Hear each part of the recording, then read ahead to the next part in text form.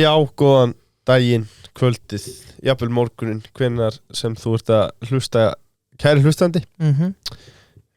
Leifur og Birkir heilsa ykkur í þætti 172 af Chess After Dark. Já.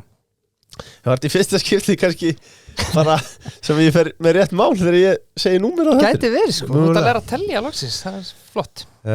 Það er rosalega þáttur í kvöld. Í dag reyndar. Í dag. Það má kannski að segja það að við erum alltaf í nafninu, við erum Chess After Dark. Rétt. Og við erum oftast að taka upp svona 10-11 á kvöldin. En núna í fyrsta sinn í sögu Chess After Dark þá erum við að taka upp að mótni til. Já. Á frídegi. Enda eru morgunverkin góð og ég held að gestur dagsins var nú því að grípa daginn. En áður koma gesti dagsins, ekki kvöldsins. Nei, rétt. Þá langar mig að segja ykkur aðeins frá strúktúr. Það er jú strúktúrlagið. Já. Seta strúktúr úr sérhönnu fyrir íslenskt veðurfar. Einstaklega hagkvæmur kostu þegar kemur að því að byggja hús. Og þú þarft líka, þegar þú ert að glíma á íslenskt veðurfar og íslenska náttúr, geta treyst á það sem þú ert að byggja, það standist tímast tönn og íslenskt veðurfar og það gerir strúktúr svo sannarlega. En að þætti kvöldsins. Dagsins. Gestur Chess After Dark er Baldur Þórólfsson, prófessor í stjórnmálafræði við Háskóla Íslands. Baldur hefur sérhæft sig í rannsóknum á smáríkjum í Evrópu og verið gestakennari við fjölda erlendra háskóla. Baldur er frambjóðandi í forsetakosningunum sem fara fram 1. júní. Vertu hjartanlega velkomin. Bara kæra þakkir, mikið gaman að koma til ykkar. Já, frábært að fá þig. Tökum við ekki einu skáku eftir? Jú, við þurfum að gera það. Þú varst að segja okkur að þú hefur verið liðtækur á þínum yngri árum. Já, ég var það. Ég lærði snemma að tefla. Afi minn á Selfossi kendi okkur öllu barnabörnum að tefla. Það var alltaf tafl hjá honum svona á fótaskemlinum sem var með framan hægjendastólinn Já, á fótaskemlinum og þar þegar maður var hjá og afa þá var maður bara alltaf daginn út og daginn inn að tefla, alltaf grípa í tafluðan já, og svo var það þannig, hann leiði mann alltaf að vinna svona fyrstu árin en svo fór nú þetta svona skiptast á svona og það var líka mikið teflt á heimili mínu í Rangárvallasýslu. Ég ólst upp á Sveitabæ sem heitir Ægisíða, rétt hjá Hellu. Pabbi teldi mikið, bræður hans og það voru oft svona, þeir voru oft að koma saman kallarnir á kvöldin helgar að tefla. Já, þetta er minn félagskapur. Þetta var svona 6-8 manns kannski á kvöldi, svo skiptust þér á og stundur langaskángir, stundur líka hraðskángir. Þeir voru eiginlega bara með svona eigin skákmót. Þetta er gegn. Þetta var svona í gamla daga og svo fór ég líka tefla í skólanum og tók þátt í svona bara svona litlum skákmótum bara sem krakki og úlingur í Rangárvallasýslu. Þá var maður að ferðast á Hvolsvöll og inn í Álsbúð og svona skóa og Hellu og þetta var virkilega gaman. Það er náttúrulega alveg skákmenning á Selfossi en að Bobby Fischer er náttúrulega grafin þar nú. Já, en þetta er verulega gaman og fær maður til að hugsa og pæla. Og svo hélt ég nú þess aðeins áfram eftir ég fór í heimavist í menntaskólanum að Laugavatni. Við teldum dálítið þar. Sérstaklega nýttum við vel heimspekitímana. Einhverjum orsökum máttu við vera með að tefla í heimspekitímanum. Ég held við voða lítið hlusta á heimspekikennaran. Við hlustum lítið að kennara og teldum bara, en er það ekki bara heimspekilegt að tefla? Mér finnst það. Er það ekki? Já, er það ekki? Já. Gerum við kannski heimspekilega hugsandi? Já. Er það ekki?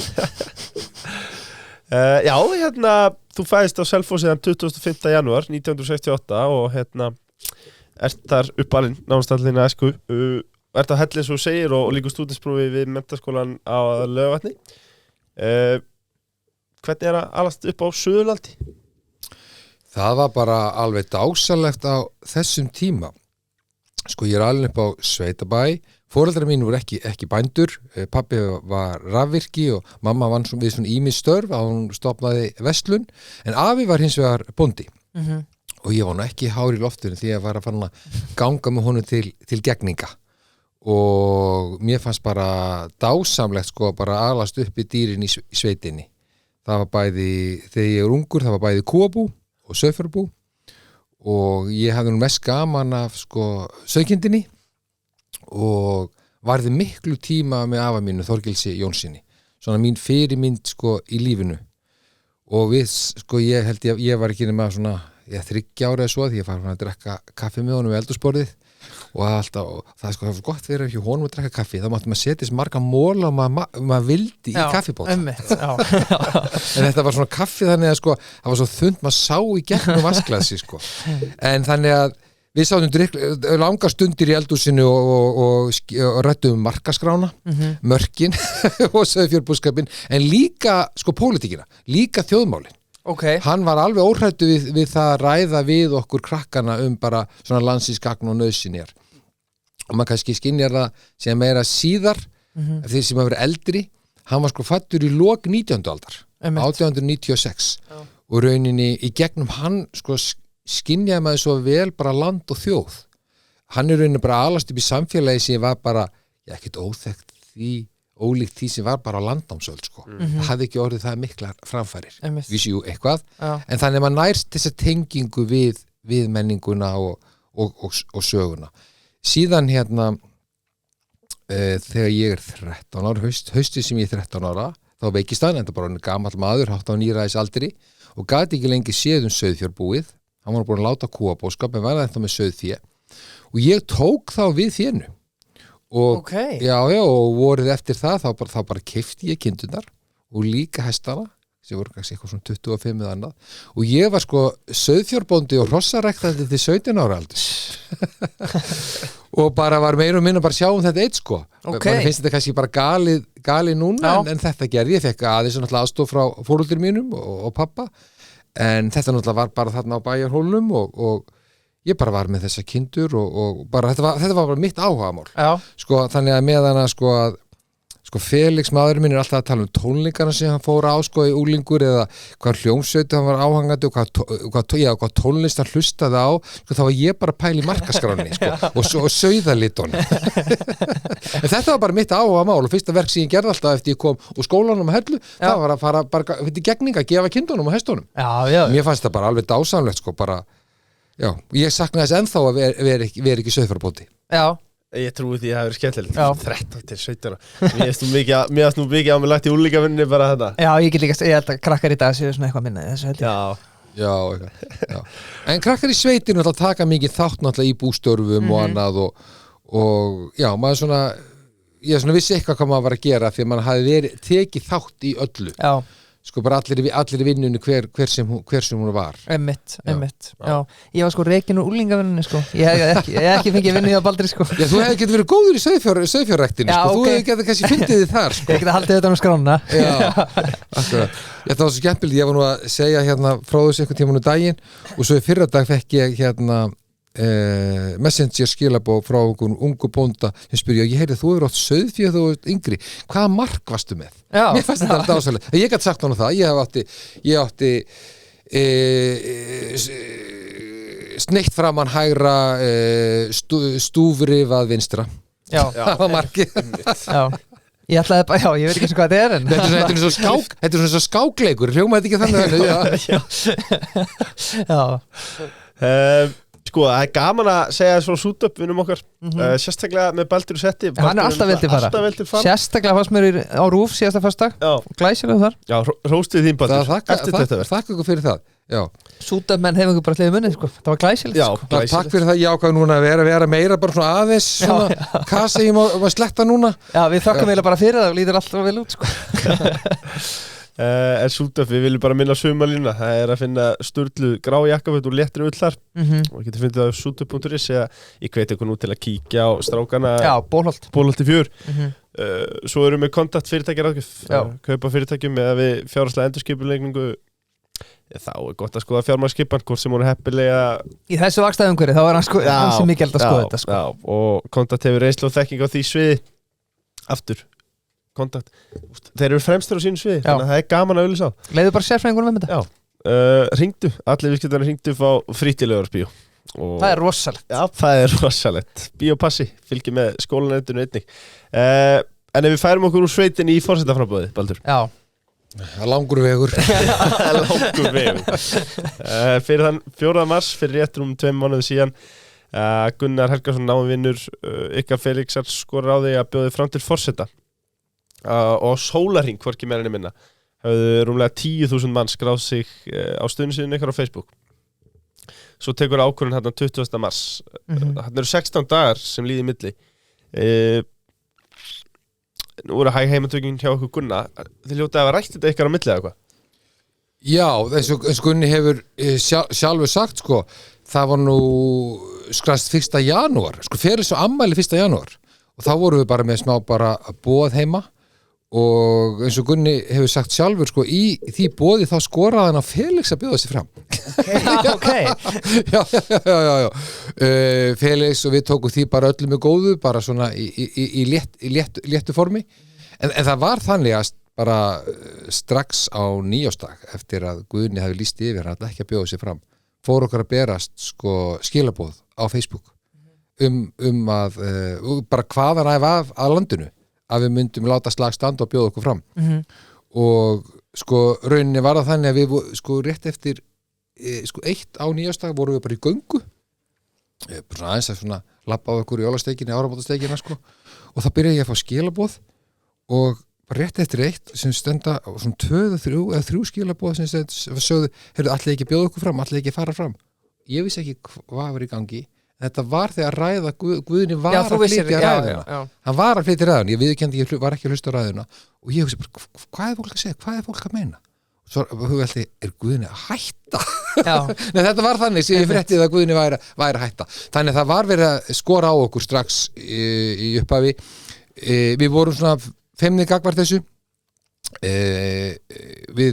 svo voru hópar fólks að koma til okkar setja svo eldhúsborðið og biðja okkur að hugsa þetta og ég sagði já, við skulum hugsa þetta núna og það hefði nefnilega komið líka fólk til okkar fyrir 8 árum síðan það hefði verið ekki skoðanakönnun og við sem kom ágætlega út og við hvattir til að fara fram en þá vildum við ekki einu sinni taka samtalið við vildum ekki bara hlusta á þetta, við vorum ekki bara reiðubúnir til þess að velta þessu fyrir sér, við vildum ekki einu sinni hlusta þannig að sko Felix spurði mig einmitt en við matarborði, eldhúsborði núna í janúar, af hverju viltu hlusta núna og ég þurfti að velta því fyrir mér af hverju ég hefði sagt sko ég skal hlusta á ykkur og bara þetta hugsaði bara heila helgi og það rannaði upp fyrir mér það hefur svo mikið breyst á 8 árum og endilega ekkit alls til hins góðs sko það er bakslag í lýðræðismálum það er bakslag í mannréttindamálum beggja vegna Atlantshafsins sko hatursorðan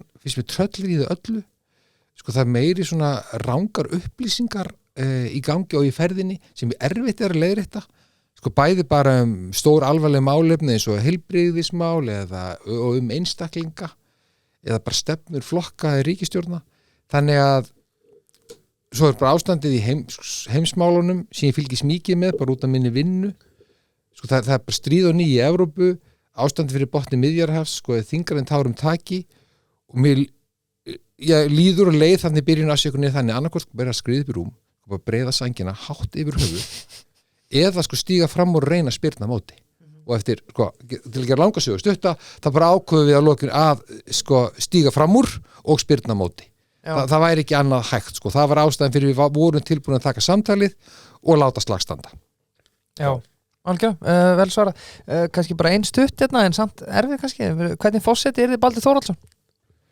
Forseti allra forseti sem leggur áherslu á mannréttindi allra sem búa í samfélaginu að við eigum sko að mínu mati að skapa þenni samfélag að við getum öll verið við sjálf, við getum öll nýttu tækifæri sem eitthvað góða samfélag býður upp á. Mér finnst það ekki alveg vera þannig því miður í dag og sérstaklega núna eftir ferðalagi mitt við landið, þá skynja ég það eftir núna búin að halda tæplega 30 opna fundi allsstaðar á landinu, þá skynja ég það að fólk sko upplýður ekki að hafi sömu tækifæri eftir út frá því hvar það býr á landinu. Sko, út frá því sko hvað kynið það með eða grundvelli kyns eða uppruna hvort sem það er sko veikt eða hraust fólk sé fatlað eða ekki fatlað fólki finnst að vera afskekt mörgum sko á grundvelli búsetu finnst að vera afskekt grundvelli kynhneigðar vera afskipt grundvelli uppruna er það afskipt og þetta þarf ekki að vera svona og mér finnst svo mikilvægt að forseti sko tali fyrir að sko landið og þjóðið sé ein heild og við horfum á það sem sko saminur okkur frekar en sundrar og ég vil segja að það skiptir máli hvað forseti segir sko forseti á ekki bara að tala sko himinn sé blár og himinn sé blár og grasi grænt ef við skoðum aðeins bara forsetana sem hafa verið Ólafur Ragnar forgangsraði norðurslóðamálefnum gerir Ísland að miðstu norðurslóðarannsókna Guðni forgangsraði lýðheilsumálum gerir það einstaklega vel Vigdís forgangsraði málefnum barna, náttúruvernd tungumálunu og jafnréttismálum og það skiptir máli hvað Vigdís sagði ég man það mjög vel á 9. og 10. áratökum hún var með fyrst meðal stjórnmálamanna að tala náttúruvernd og að málefni barna væru jafn mikið málefni og hvaða önnur málefni þannig það skiptir máli hvað sagt á Bessastöðum og mér langar að nýta rödd forsetaembættisins til þess að við verðum aftur meira einheild sameinuð þjóð því að sko saman erum við svo miklu sterkari heldur en sundruð Já, algjörlega vel svarað kannski fá að spyrja aðeins það sko áðurinn fæði að spyrja hvort þú sért ennþá sigurviss þá ætla ég að spyrja að fer umræðan einhver hluta í taugarnar á þau sko við sjáum fréttir hjá Stöð 2 í gær þar sem byrjaði að tala bara einhverja 2 turna núna og þar þú með í bronssætinu fer svona umræði taugarnar og kannski við byrjum að spyrja kannski of mikið af skoðanakönnum í gangi eins og staðan í dag Nei, þessi umræð pirrar mig ekkert og ég hef nú alltaf gaman að skoðanakönnunum en fylgið augljóslega heilmiklu flakki en það var nú líka könnun í gær sem sýndu okkur Katrínu Jakobsdóttir bara eiginlega á sama stað á sama stað sko Halla Hrund aðeins ofar þannig að þetta fer nú þess eftir hvað könnun þú skoðar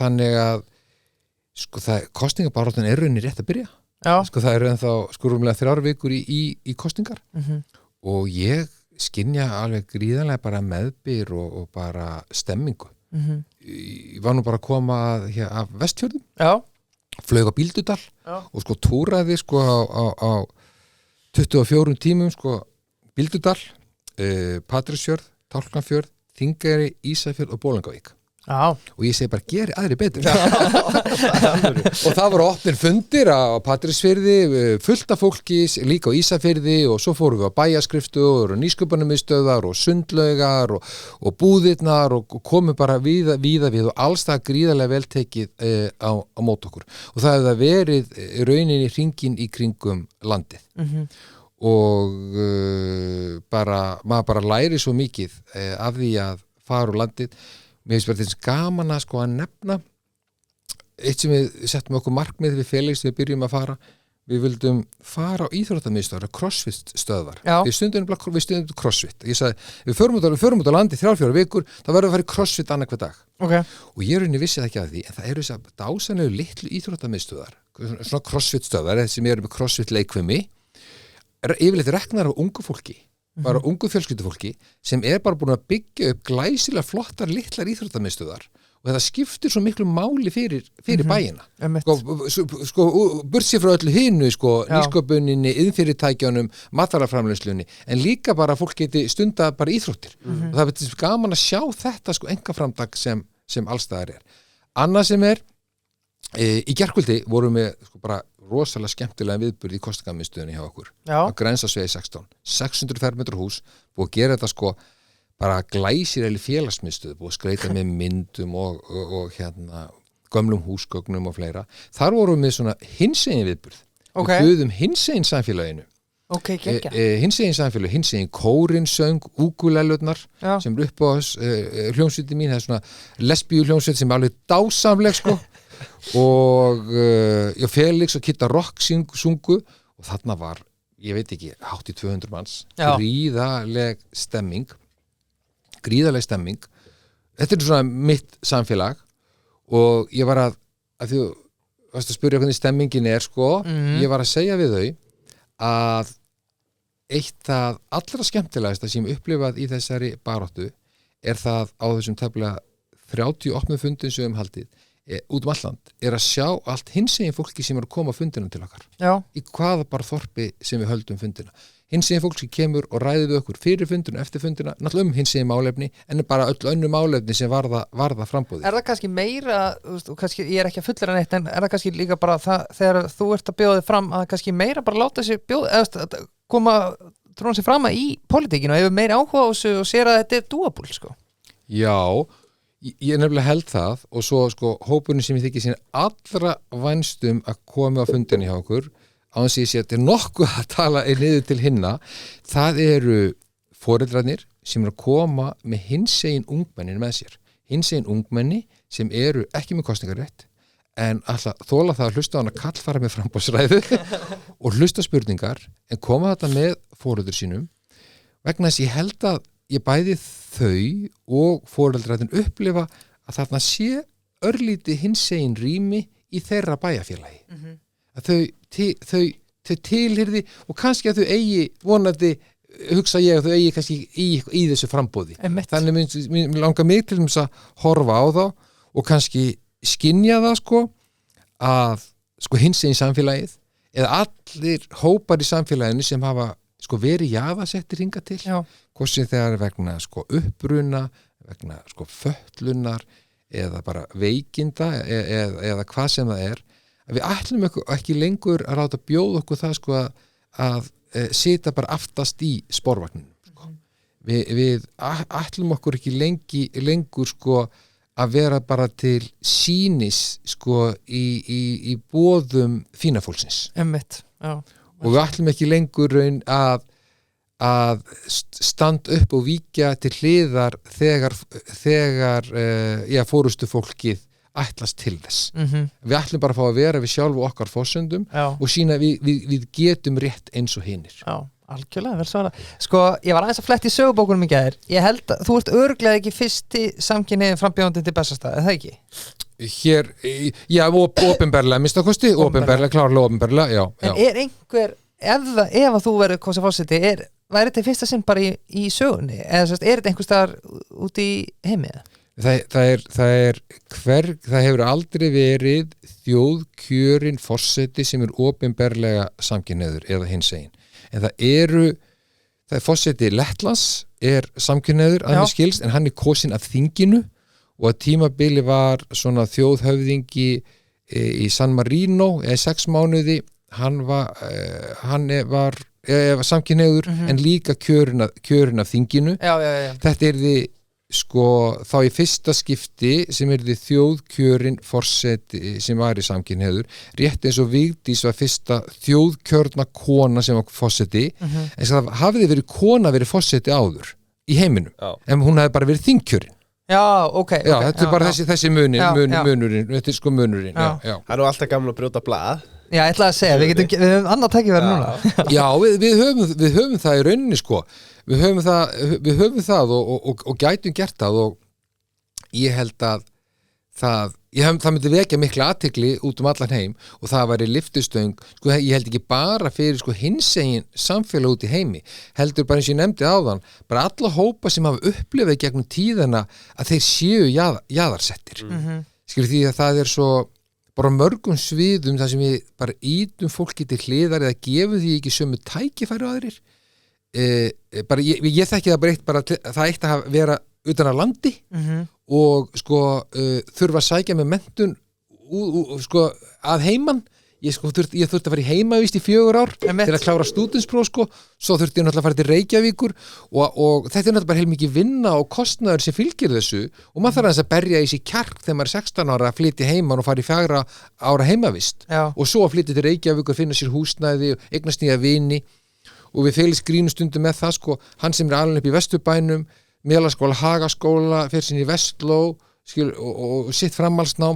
Þetta er alveg kunnilegt stegleifur. Hvað er þetta því? Þetta er bara copy-paste á honum sko. Já, sko, bara í þessari búblu. Hann þekkir allir Reykjavík. Sko, ég er ennþá að kynnast fólki í Reykjavík. Það er þannig að það bara skiptir máli að einmitt hvað er sagt á Bessastöðum og stjórnum hugi að því að fólk til dæmis utan á landi fái nota þessar tækifæri. Ég tala ekki fólk sem er á við fölluna að stríða. Að það geta sínu forsendum tekið þátt í samfélaginu. Já, okkur. Sko, en taldum áhrifin sem að forseta á að hafa. ef við tökum til dæmis Alþingi, hversu mikið aðhald á forseti að veita Alþingi? Forseti á að sinna rauninni eftirlitshlutverki sínu samkvæmt stjórnarskráni. Ég held að sé allir sammála um það að hann hafi þennan svokallaða málskotsrétt, að hann geti neitað að skrifa undir lög frá þinginu og þá á að fara fram þjóðaratkvæðagreiðsla. Í rauninni hefur hann ekki neitunarvald, því þetta lögin öðrulega skildi og þá er það bara þjóðarinnar að fella þau eða samþykja. Mér finnst mjög mikilvægt, kannski, fyrst ber að nefna að þingræði ræður för í allir dagsdaglegri löggjöf á Íslandi, eins og hefur. Forseti er ekki að skipta sér dagsdaglegu störfum þingsins, alls ekki, eða svona dagsdaglegri löggjöf. En ég hef orðað það þannig að mér finnst við erum með ákveðin samfélagssáttmála sem byggir náttúrulega bara stjórnskipanin okkar, lýðræðinu og mannréttindum, hefðum og venjum og forseti á að gæta þessum samfélagssáttmála af því hann er eini þjóðkjörti fulltrúinn og ef að þingið einhverjum orsökum gengur fram á þjóðinni og þingið gengur ekki takt við þjóðina, þá verður forseti að huga gaumgæfilega að nota málskotsréttin og þá er spurt í hvað tilfellum gæti þetta verið. Ég myndi nefna til dæmis ef að þingi ætlaði sér að takmarka tjáningafrelsi, ef að þingi ætlaði að ganga gegn réttindum kvenna eða réttindum hinsegin fólks eða réttindum fatlara, þá á forseti að nýta þennan neyðarheimil til að vísa málum til þjóðarinnar. Okkur kannski finnst fjarst að þetta gæti gerst í dag, en við erum bara að horfa upp á þess að hluti gera beggja vegna Atlantshafsins, bæði í Bandaríkjunum og í Evrópu. Og svo finnst mér líka að ef að þingið ætlaði sér að gjörbreyta þessum samfélagssáttmála, til dæmis með því að ganga í Evrópusambandi, án þess að vera búin að ákveða það að halda þjóðaratkvæðagreiðslu það. Þá myndi ég þegar íst að virkja þennan neyðarheimil til þess að þjóðin hefði síðast orðið inngöngu í Evrópusambandi. Kannski eitt sem ég er að pæla þegar þú segir þetta er mjög góða punktar. Hvað finnst þér þau rök þegar fólk segir, og alþingismenn tala oft svona á þeir sem eru ráðherrar að segja að þú nefnir sem dæmi Evrópusambandið, að ef þú kýst þá flokka sem dæmi sem vilja fara í Evrópusambandið, þá sért í raun og veru kjósa vilja fara í Evrópusambandið, en það er náttúrulega þegar þú ert að kjósa alþingiskosninga eru fleiri mál, en áttar þau okkar á við, þú veist eins og til dæmis þá að tala þegar Sjálfstæðisflokkurinn og Framsóknarflokkurinn neituðu að fara í aðildarviðræður við ESB að þeir hefðu mátt vita það því að við þarna erum á móti ESB, þannig ég velti fyrir mér segjum bara sem dæmi næstu alþingiskosningum að það myndast bara mikið þingmeirihluti hjá flokkum sem að vilja gangi í ESB, en þú myndir samt þá kannski ef að þau ákveða fyrir aðildarviðræður að það væri sérstaklega kosið það. Já, þetta er alveg rétt hjá þér, auðvitað eigum við að takast á þessi mál sem er öll önnur viðfangsefni samfélagsins í þingkosningum og alþingi, en vegna þess að það fæli bara svo mikil stjórnskipulagsleg breyting ætti sér svo mikil stjórnskipulagsbreyting sér stað ef við göngum í Evrópusambandi, þá finnst mér að þjóðin eigi hafa lokaorði í þjóðaratkvæðagreiðslu. Það er það mikið. Sama má nefna ef að til dæmis, bara nefna annað dæmi, ef að alþingi myndi detta í hug að stofna her. Við erum herlaus þjóð, við erum friðelskandi þjóð, ég vona skrökvað upp á mig daginn að ég vildi stofna her, við getum kannski nánar út í það síðar. Það væri bara svona skákher frekar sem myndi fara að stofna, en að ef að þingi myndi stofna her, sem er svo mikil breyting okkar samfélagsskipan, að þá myndi ég þegar í stað vísa því til þjóðarinnar, en það er svo stórt mál að mér finnst að þjóðinni hafa loka orðið það. Og persónulega er ég alveg á móti því. Er það þannig í prinsip að afsækja fáfræði mína, en mætti forseti bara fara með allt í þjóðaratkvæðagreiðslu ef hann myndi vilja það? Já, öll lög, hann þarf að skrifa undir öll lög frá Alþingi, hann gæti það faktískt séð, og hann þarf líka að skrifa undir alþjóðasamninga. Það er þetta tvennt. Og rauninni stendur í stjórnarskráni að forsetinn er annar handhafi löggjafarvaldsins. Og að því að lög öðlast ekki gildi nema með undirskrift forseta.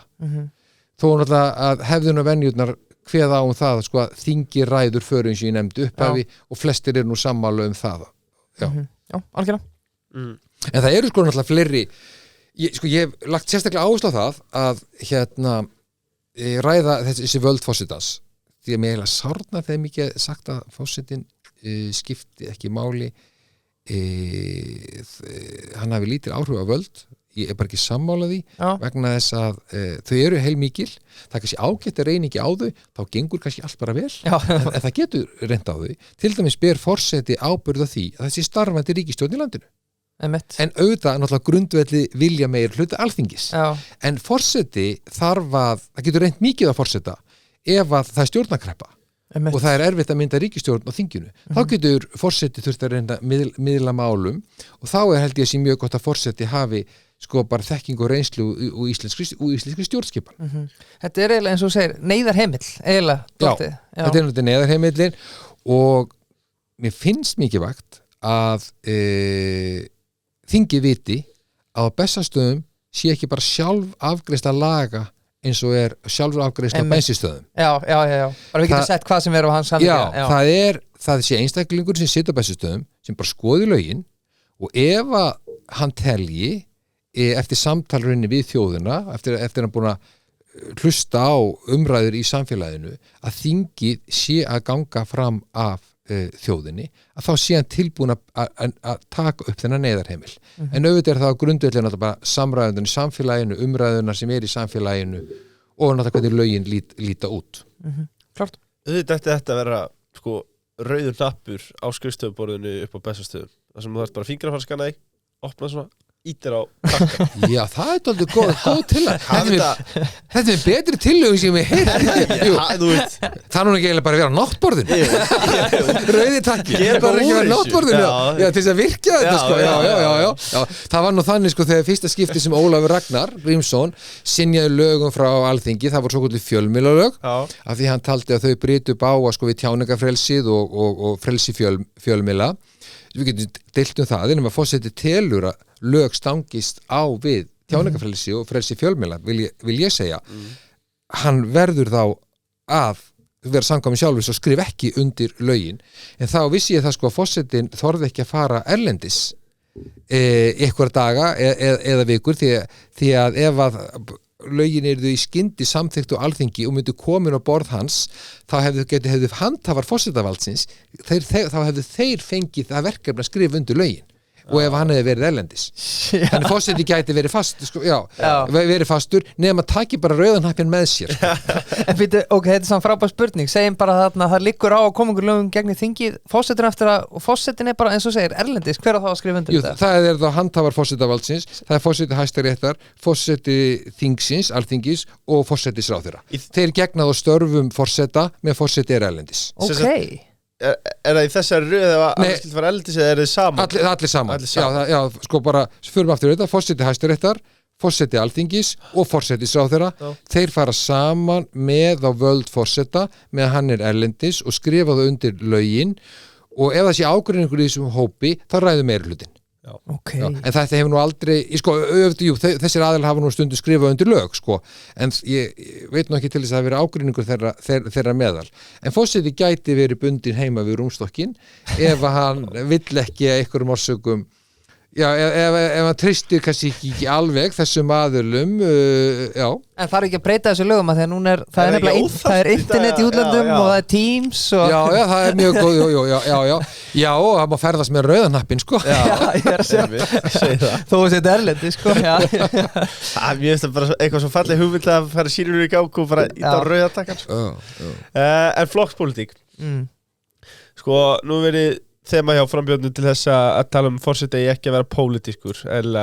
mikið nefnt frambóð Katrínar Jakobsdóttur í þessu samhengi enda merkilegt út af fyrir sig. Nú varst þú varaþingmaður fyrir Samfylkinguna árunum 2009-2013 flokkast það ekki sem að vera til þess að vera flokkspólitískur? Jú, á sjálfsögðu var það og sko, ég hef ekki verið að segja að forseti eigi ekki að vera pólitískur. Ég er nefnilega að tala fyrir því að forseti rétt eins og Guðni hefur gert sé pólitískur því leiti hann hafi til dæmis kjark og þor til að stíga inn í mannréttindabaráttu ef þessi halla á tiltekna hópa í samfélaginu sem Guðni hefur gert Guðni hefur stegið inn í umræðu sko íþróttahreyfinguna mannréttindi hinsegin fólks og mannréttindi fólks með fötlun þetta er púra pólitík en þetta er sko ekki flokkspólitík og forseti má aldrei vera flokkspólitískur hann má vera þverpólitískur Ég hef sko alla tíð verið mjög sko rauninni virkur í mannréttindabaráttu og bara svona baráttu fyrir frelsi og alltaf reynt að finna mér sko farveg til þess sko hvort sem það var innan samfylkingarinnar eða sko innan á ég að fara að upplýsa hérna þessa hluti innan sjálfstæðisflokksins. Ég var mjög virkur á sínu tíma í samband ungra sjálfstæðismanna og það sem þegar ég var í menntaskóla og í háskóla árunum mjög virkur í stúdentapólitíkinni í vöku og það sem til dæmis heillaði mig þá við samband ungra sjálfstæðismanna var barátta fyrir frjálsu útvarpi. Já. Því sko ég náttúrulega elst upp við það að það var bara ríkisútvarpi og það var banna menn voru dæmdir fyrir það að vera með ólöglegar útvarpsstöðvar. Við værum eiginlega bara að brjóta lög hér. Já, það var þannig. Þannig að ég var mikill talsmaður og fannst miklu skipta sko bara frjálst útvarp eins og það var kallað á þeim tíma og afnema einangrunarrétt ríkisútvarpsins á útsendingum. Þannig að og þá samband ungra sjálfstæðismanna var mikið að rauninni að berja á ógnarstjórnunum í austri kommunistastjórnunum í austri tala fyrir lýðræði og frelsi einstaklingsins sem höfðaði mjög til mín og síðan þetta bara í stúdentapólitíkinni það var ekki ósjaldan ég stóð fyrir utan sko sendiráð ríkja sem voru með beita eigin borgarða harræði til þess að mótmæla þannig ég alltaf reynda og var mjög virkur innan vöku og varaformaður vöku og ritstjóri stúdendablaðsins þannig ég alltaf reyndi að finna mér farveg fyrir mína mannréttindabaráttu og það var líka sama með því ég var á tímum hjá samfélkingunni og síðan náttúrulega hef ég verið mjög virkur í mannréttindabaráttu hinsegin samfélagsins sérstaklega á fyrstu árunum eftir ég kom út úr skápnum og eitt af fyrstu verkunum sem ég gerði eftir ég kom úr doktorsnámi í Bretlandi því ég var að byrja sem stundakennari við Háskóla Íslands, þá tók ég þátt í að stofna sko félag hinsegin stúdenta sem heitir í dag Q, hér þá félag samkynhneigðra stúdenta og það er með stoltari verkum, ég er mjög stoltur af því verki, því að hinsegin fólk var ungt hinsegin fólk var mjög lítið sjáanlegt í íslensku samfélagi og það var þannig að það var einfaldlega þannig ég vissi af sko 4 nemendum mínum í stjórnmálafræði sem voru alveg opið með það að þau væru hinsegin. Við vissum með 3 aðra þannig að það voru 7 nemendur og ég sem komum saman heilt haustmisseri til þess að hugsa hvort við gætum stofnað félag. Við vorum ekki viss hvort það verið raunhæft. Stofnum við félagið í janúar 1999. Það komu 20 manns á stofnfundin og sem okkur fannst bara mjög gott. Fólk sem var að koma á öllum kímum samfélagsins. Þetta var sko fyrir internetið. Það var ekki hægt að vera á internetinu. Eftir 6 vikur þá voru orðnir 200 félagar í félaginu.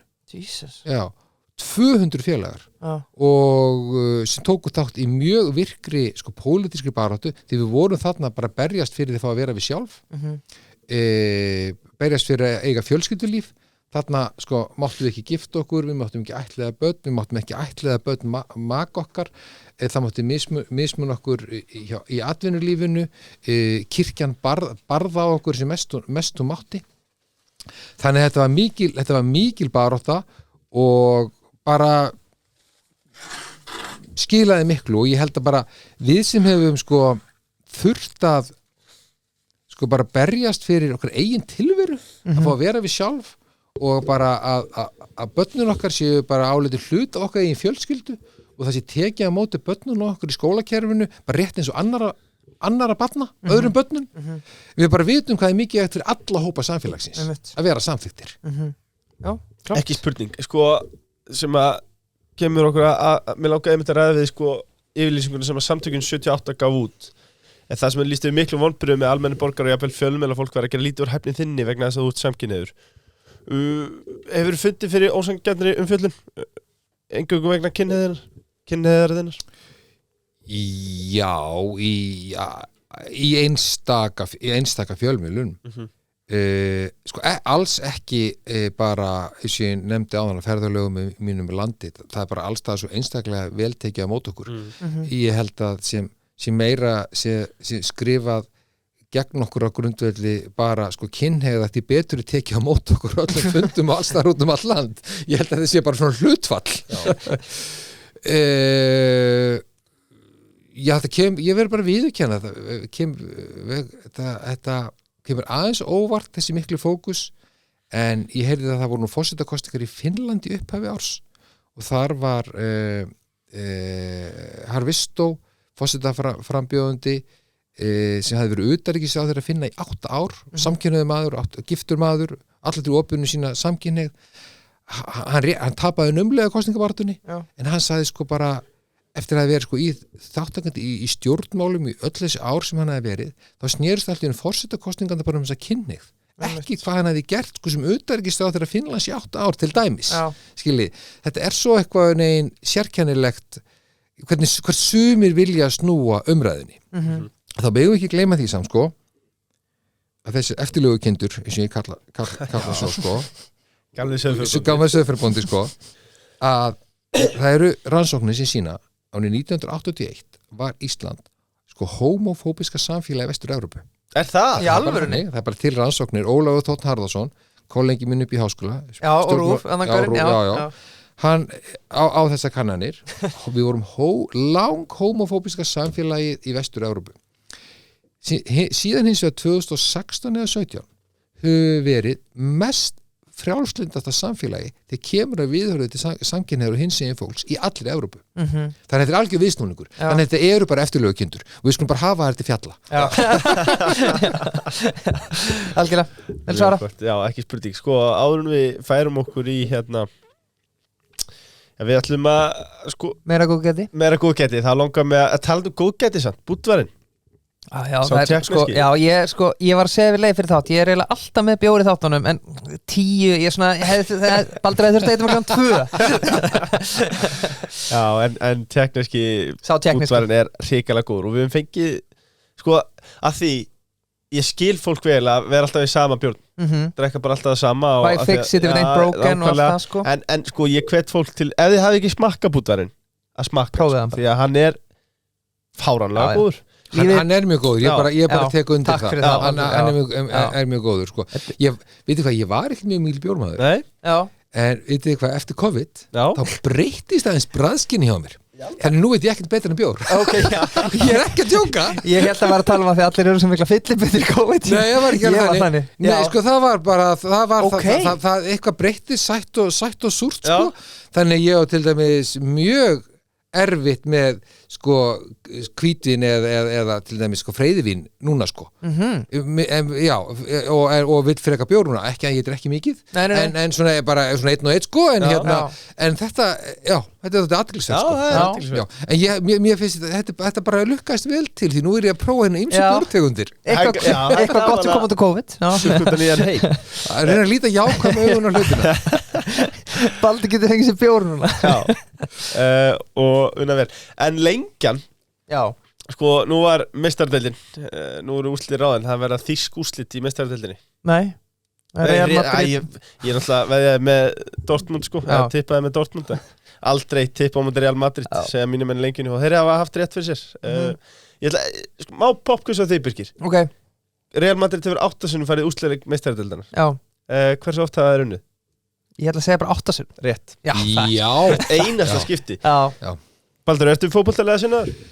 Ég það alveg eins og ég læt nú samt Felix meir og minna þetta sko hann horfir á alla leiki í enska boltanum Hann er fárveikur púlar eða ekki? Jú, hann er það sko og Káringur Já, hefur smá vandamann að stríða þar bara Hann er það er gott að skuli nefna þetta skuli svo við getum tekið á þess Hvernig er sérðu mun á heimilislífinu eftir hvernig gengur hjá Liverpool? Mjög það er bara þannig sko og hann verður brjálað fyrir fram sjónvarpi sko og svo koma stundum vinnur okkar í heimsókn og horfa með okkur eða honum á þetta sko það er mikið fjör og mikið stemming sko jú. Erlendi vinnur okkar sko sem hafa verið í heimsókn hjá okkur sko þeir tala ennþá það skilur hvað þessi róliðis maður hann Felix hvað hann getur sko eða fara upp úr rjáfrinu þegar hann er að horfa á fótboltan Hann hefði þurft stórt knús frá Baldri þegar Klopp tilkynnt að vera hætta maður það hefði verið erfitt dagur fyrir hann En það sem ég hins vegar, við gerðum fyrir nokkrum árum þegar var stofnað sko félag samkynhneigðra í íþróttum það var stofnað sko styrmir íþróttalið sko Homma og við tókum þátt í því og við vorum að fara með þessu félagi út allan heim að keppa á mótum samkynhneigðra í fótbolta. Í alvörunni? Fórum við heimsmeistaramót samkynhneigðra í fótbolta í Argentínu. Já. Og þetta 2006 fyrir kanni 7 annarkvort og það sem var svo geggja sko að þar voru til dæmis 4 argentísk lið sko máttum við vera hvað mörg lið hverju landi og það voru mikið sko bara ungum strákum, bara rétt rúmlega 20 sem hefði sko verið að komast inn í atvinnumennskuna í Argentínu en það var búið að reka það útla úr liðanum að þið voru homar. Nei. Jú, það var rosalegt.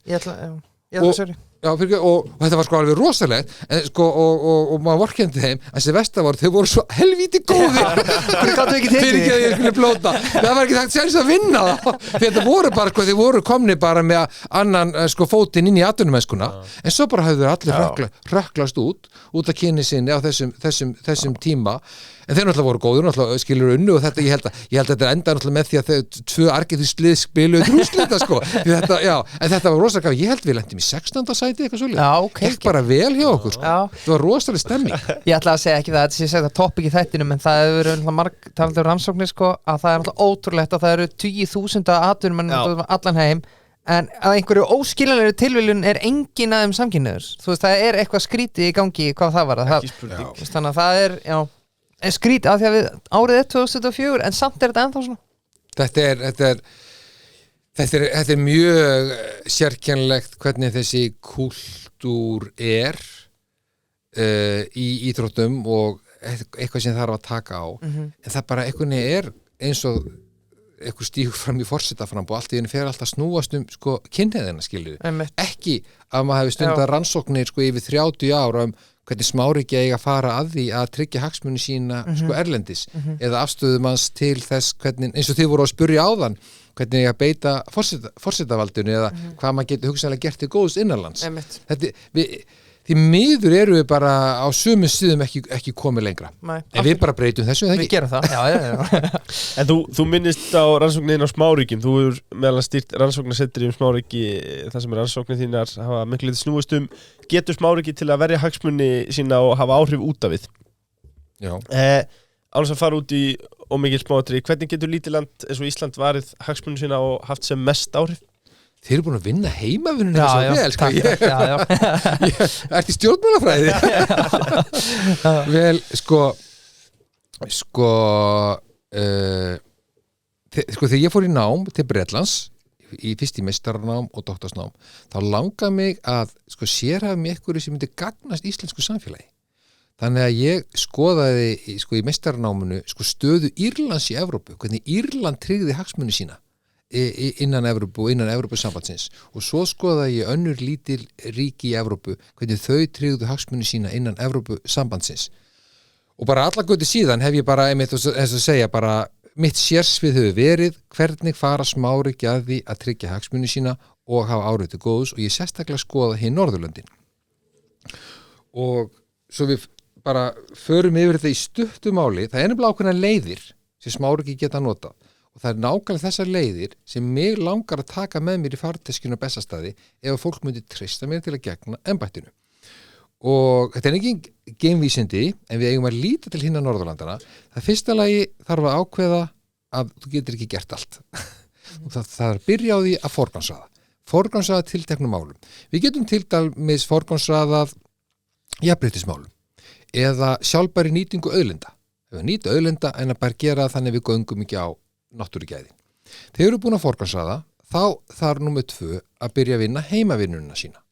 Og hvað felst í heimavinnunni? Jú, þú verður að sýna fram á það að við séum fremst meðal þjóða þegar kemur að jafnréttismál. Og við séum fremst meðal þjóða þegar kemur að sjálfbæri nýtingu náttúruauðlinda.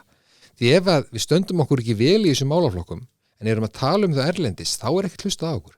En við sýnum fram á það að í raun stöndum við fremst meðal þjóða í þessum málaflokkum þá á okkur alveg eins hlustað eins og Þjóðverja, Breta eða Frakka. Það er galdurinn við þetta. Og svo þriðja og síðasta lagi, það að mynda bandalög við ríki sem hafa sömu hagsmuni að gæta. Og ég vil líta sérstaklega til Norðurlandana í þessu samhengi. Þau eru þau ríki sem eru oftast sammála okkur í alþjóðasamfélaginu, eru líklegast til að standa við baki á okkur ef á reynir og ég myndi leyfa mér í embætti að kalla eftir aukinni samvinnu Norðurlandanna í alþjóðamálum.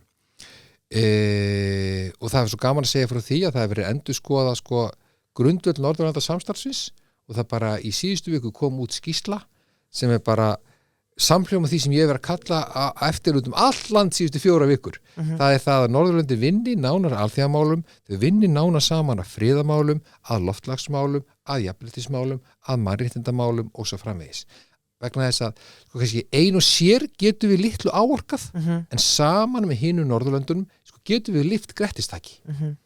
Og mér finnst vera sko bara allsherra sátt í samfélaginu á Norðurlandasamvinnunni og mikið vægi hennar. Þetta er bara gagnast öllum og þetta vildi ég kalla eftir. Þetta eru þessar leiðir sem við getum tryggt hagsmuni okkar. Ég hef sko fljótlega eftir kom heim frá námi sko þá stofnaði ég eins og nefndir, ég held að nefnda rannsóknarseturinn Smáríki. Akkurat. Og með fjölda kollega minna og það sem við hefum gert er eiginlega tvennt sko, við hefum verið sko 10 sko stórra alþjóðlegra sko rannsóknarverkefna þar sem við erum að skoða hvernig fer best á því að stýra efnahag lítilla ríkja, hvernig fer best á því að tryggja öryggismál lítilla ríkja, hvernig fer best á því að haga sko, samstarfi lítilla ríkja við önnur ríki, hvenær þurfum við á skjóli stórra ríkja og alþjóðastofnana að halda og fjöldmall að sko 10, líka 100 fræðigreina sem hafa komið út úr þessu. Og svo er hitt, við erum búin að vera núna í rúmlega 21 ár að reka sumar- og vetrarskóla Smáríki, þar sem meistarar og doktorsnefnendur koma saman og sérhæfa sig í því að stúdera Smáríki og þetta eru núna yfir 800 nemendur, bara alls staðar að, frá Norður-Ameríku og Evrópu sem hafa tekið þátt í þessum skólum og þetta eru alltaf bara svona sérfræðingar í Smáríkjum. Ég myndi segja þeir eru bara fulltrúar, þetta eru bara diplomatísk fulltrúar okkar erlendis. Flestir eru utan, einhverju íslendingar, flestir eru utan og mörg þeirra hafa farið og sérhæft í sérstaklega og skrifa sko meistarritgerðir og doktorsritgerðir getu Smáríkja til áhrifa. Og þetta er bara, held ég að vera gríðarlega bara mikið vegt sko bara fyrir okkur og öllum önnur lítil ríki í heiminum að þau átti sig á sérstöðun okkar. Því bara svo ég þú komst mér í gang sko, bara svo klári að því hver sérstæðan er sko, sérstæðan byggist meðalans á því örstutt að í litlum samfélögum ef að það verður fyrir áfalli þá verð áföllin alltaf miklu dýpri. Ástæðan svo, það yfirleitt bara einn til dæmis alþjóðaflugvöllur í litlu ríki. Það lítið ríki byggja oft bara 1 eða 2 sko atvinnugreinum. Þannig ef að sko alþjóðaflugvöllurinn lokar eða þess að 1 eða 2 atvinnugreinar verða fyrir skakkaföllu, þá eru eigast að djúpstaða kreppur, djúpstað áföll. Þetta er allt öðruvísi í stóru ríkjónu sem hafa marga alþjóðaflugvölli og margar atvinnugreinar.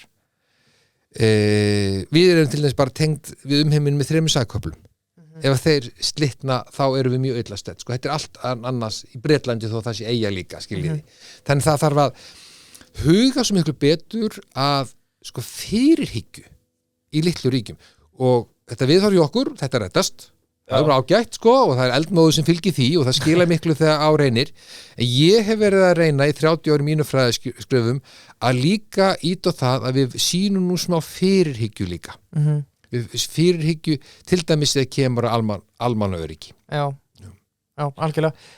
Já, höldum aðeins áfram á þessum nótum að því að Leifur spyr Baldur hvernig getur Ísland varið hagsmuni sín og haft áhrif við erum ekki í Evrópusambandinu staðinu í dag, við erum í EES við segja það sé nánast þess að við erum í Evrópusambandinu nú koma 2 ESB-spurningar Er það hraðaspurningar? Nei Ekki svo hraðskák Það eru svo langar yfir hálftíma að lesa Ekki máli Sko, þú kaust á Alþingi gegn því að draga úr viðræðum við ESB tilbaka þráttur að þjóðin hafi ekki verið spurð hvort aðildarviðræður ætti að hefjast á annað borð Þú segir að sem forseti myndið þú vilja að þjóðin fengi að kjósa aðildarviðræður ESB en talaði gegn því sem þingmaður. Hvað hefur breyst á þessum tíma? Nei, sko, þetta snerist á þinginu sem nefnir að hvort að sko ætti að ákveða halda viðræðunum áfram eða fara í viðræðunar eða fara í viðræðunar. Sko 2009 voru kosningar og sumari það var meirihluti á þinginu fyrir því að fara í aðeldaviðræðurnar. Við höfum sko aldrei stunda þá pólitík hér að fara í þjóðaratkvæðagreiðslu það hvort það eigi að fara í viðræður alþjóðasamninga. Nei, Sko það hefur ekki verið gert hér. En síðan bara, finnst mér grundvallar atriði að, eins og ég nefndi áðan, að það ætti að samþykja í þjóðaratkvæðagreiðslu eða hafna alltaf viðræður ESB. Og ég meiri sé að nefnt, þó að ég sé ég nefnt í þessari kosningabaráttu var þetta EES-samningin að mér finnst alveg spurningin hvort við hefðum ekki átt að greiða atkvæði hann á sínum tíma, hafa þjóðaratkvæðagreiðslu hann vegna þess hvernig það var umdeildur og hvað mikið breytinga var á stjórnskipulansi hvað þetta varðar, þó ég gerir mig fulla grein fyrir þau miklu kostun sem fylgja EES-samningunum en sko ég búin að skrifa 20 fræðigrein hann, en bæði kosti og galla samningsins. Já, klart, vel svarað. Höldum aðeins áfram með ESB, við erum Baldur heitur það núna. Þú sagðist þér að vongóður góðan aðalsamning við ESB, útkoman var svo að mörgum köflum var ekki lokið og aðri stóri kaflar eins og sjávarútvegur, landbúnaður og dreifbýlistróun voru ekki opnaðir. Voru það vonbrigði hversu lengi og illa gekk að semja við ESB? Já, ég hefði gjarnan vilja sjá þessu útkomu og bara þjóðin gæti hafi fengið að meta þetta. Það var mín afstaða á þessum tíma. Við erum ennþá bara einhvern veginn í lausu lofti með það hver hugsanleg niðurstaða svona samningaviðræðna yrði og bara rífust endalaust það. En alltaf bara áns að við vitum það. Mér finnst alltaf bara einfallega skýrar að hlutinir liggi fyrir, sko. Já. Ég tel það að vera, en það náttúrulega var ástæðan fyrir því að illa gekk meðal annars var hversu ósamstíga stjórnin var. Já. Því að Vinstri-hreyfingin grænt framboð var á móti, formlega á móti aðild að Evrópusambandinu, þó að þingmenn hennar greiddu atkvæði með inngöngu í staðin fyrir ráðherrastólana. Já, algjörlega. Ekki spurning. ESB búið bili? ESB búið bili, já. Mér langaði að ræða aðeins háskólanum af því að aftur þetta er eitthvað sem er svo gaman að og við erum ekki heldur betur mann sem að tala um það í dag. Við erum í boði háskólanáms.is sem að hvetja ungt fólk til þess að taka stökkið og sækjum í grunnnámi Háskóla landsins frestur til 5. júní. Baldur, hversu mikilvægt er að ungt fólk mennti sig? Það bara skiptir sköpum og bara á hvaða sviði sem það mennta sig. Bara að afla sér einhverja sérhæfingar. Það eykur svo líkur fólks á atvinnu og góður atvinnu og raunin hærri tekjum. Og þá skiptir ekki mála mínum að hvort það sé iðnnám, tækninám eða háskólanám. Þessar öll þessi greinar eru bara jafn háar og skipta jafn miklu máli og að líka við sköpum tækifæri til þess að allir geti mennta sig á þessum sviðum. Og þá gaman að segja frá því að því þú nefnir háskólan. Ég er mikill áhugamaður uppbyggingu háskólasvæðisins. Fyrir ég er að vinna við Háskóla Íslands. Ég er mikill áhugamaður það að háskólasamfélagið í Vatnsmýrinni verði bara svona samfélag stúdenta á ensku sem við kalla campus. Ég hef verið núna í rúm 15 ár í stjórn félagsstofnunar stúdenta. Fyrir hönd rektors, en félagsstofnun stúdenta FS sér rekstur allra stúdentagarðana, sér rekstur leikskóla fyrir stúdenta, veitingasölunar, stúdentakjallarans með bjórinn og ýmsa aðra þjónustu háskólasvæðinu og það hefur bara verið engar ánægulegt að taka þátt í þessur uppbyggingu og uppbygging stúdentagarðana þar sem núna hundruði nemendur hafa aðgengi að stúdentagarðum. Þetta skiptir sköpum bæði fyrir fólk utan á landi en líka efna minni stúdenta bara hér á höfuðborgarsvæðinu. Leigan á görðum er mun lægri heldur en núna, miklu lægri heldur en tíðkast á almenna leigumarkaði. Því miður eigum við ekki húsnæði handa öllum en við höfum staðið bara í mikilli og jafnt og þéttri uppbyggingu bara eins og við getum. Til dæmis ég nýbúin að opna Hótel Sögu sem stúdentakaffi. Finnst ykkur það ekki dásamlega? Það er rosalega grilli á Hótel Sögu. Það var nú akkurat bara hugmynd sem kom frá félagsstofnun stúdenta. Já. Og við unnum að í samræðinu alltaf við háskólan. Er það að fara að nota allt húsnæði? Það er skemmtilegt.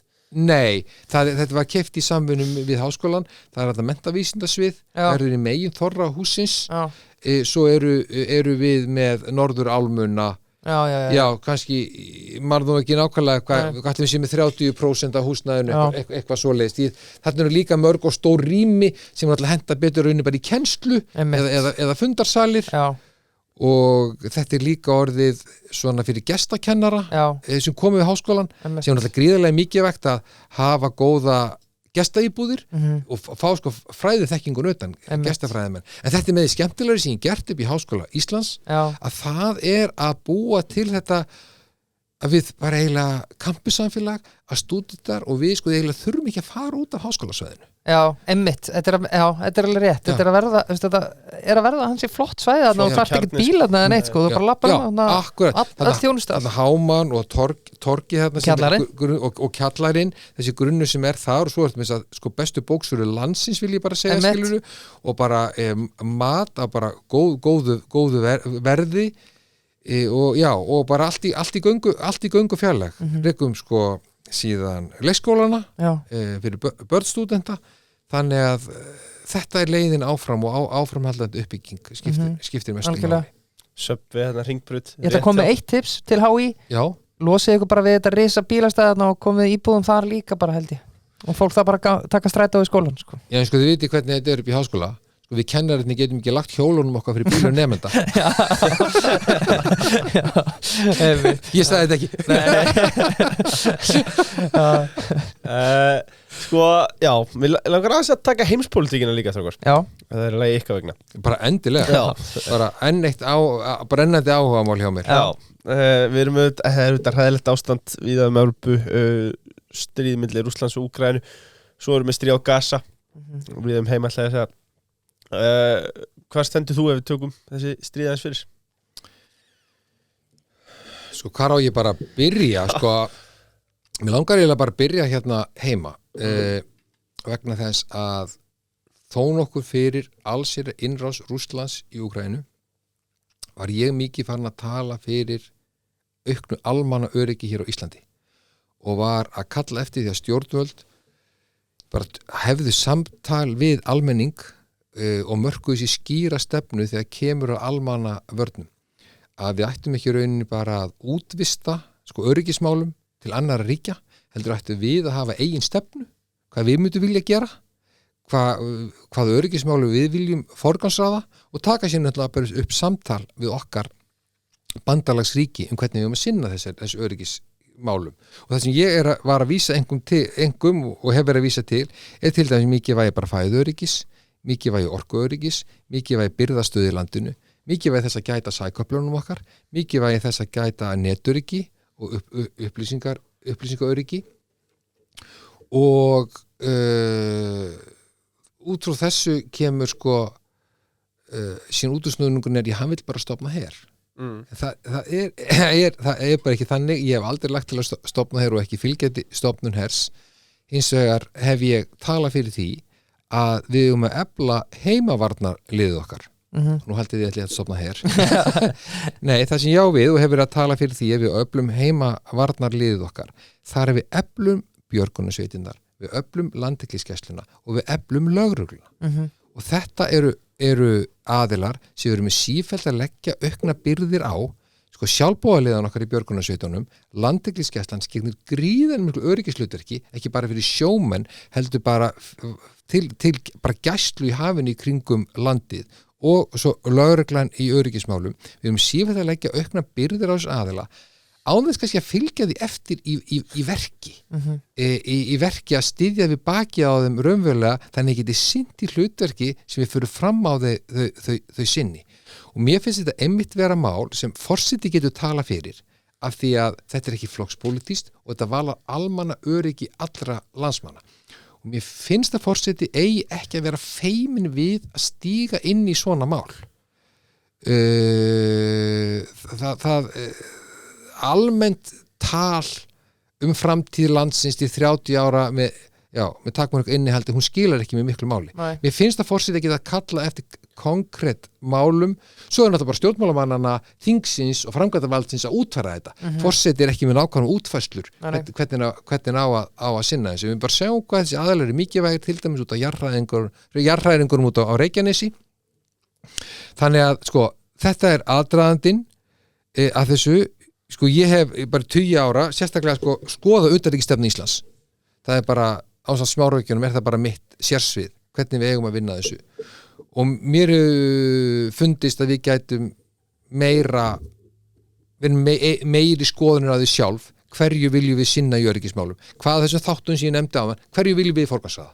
Svo tökum við náttúrulega samtala við bandalagsríkinu okkar, hvernig gerum við það, hverju getið þið sinnt, og við erum ekki að stofna her. Mér fannst ákveðin sofandaháttur hér í gangi þegar kom að innrásum Rússlands í Úkraínu, bæði 2014 og núna síðast.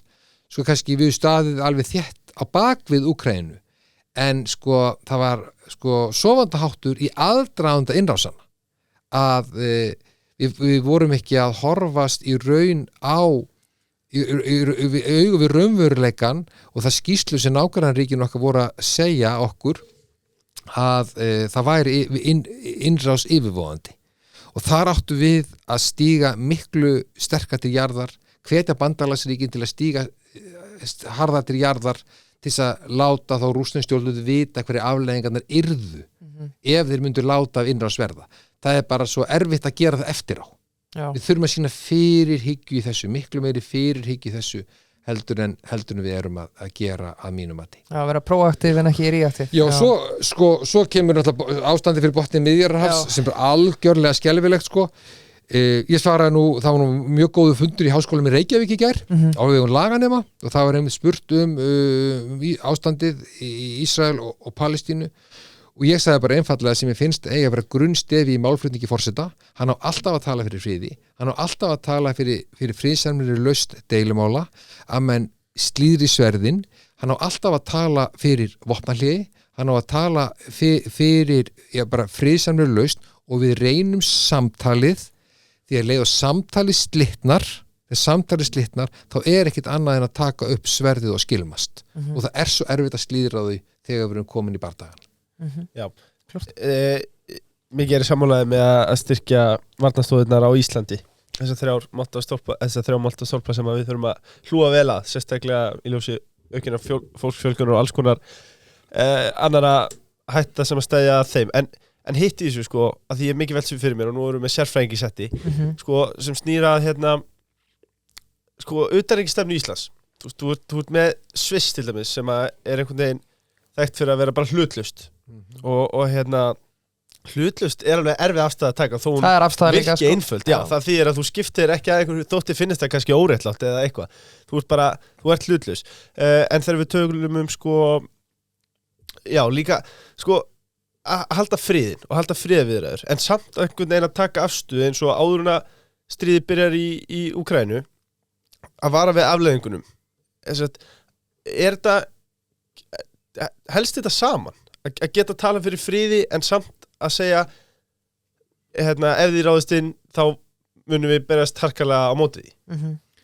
Já, sko vegna þess að sérstaklega í litlu ríki eins og okkar, það sem við þurfum fyrst og fremst að huga að er að fyrirbyggja, sko við verðum fyrir árás, að fyrirbyggja að okkur verði ráðist, hvort sem það er sko 12 árás skiljiði eða einhver hryðjuverka árás eða stærri árás, því að sko þegar árásin dynur yfir þá er bara skaðin skeður og það getur svo erfitt að bregðast við, muni að skaðin er meiri í litlu ríki heldur en stóru, það er einn alþjóðaflugvöllur, það er bara eitt lítið miðborgarsvæði og skaðin verður svo miklu meiri ef að við verðum fyrir honum, og við til dæmis að því við erum ekki með her og erum fámenn, þá þurfum við á bandalagsríkjum að halda.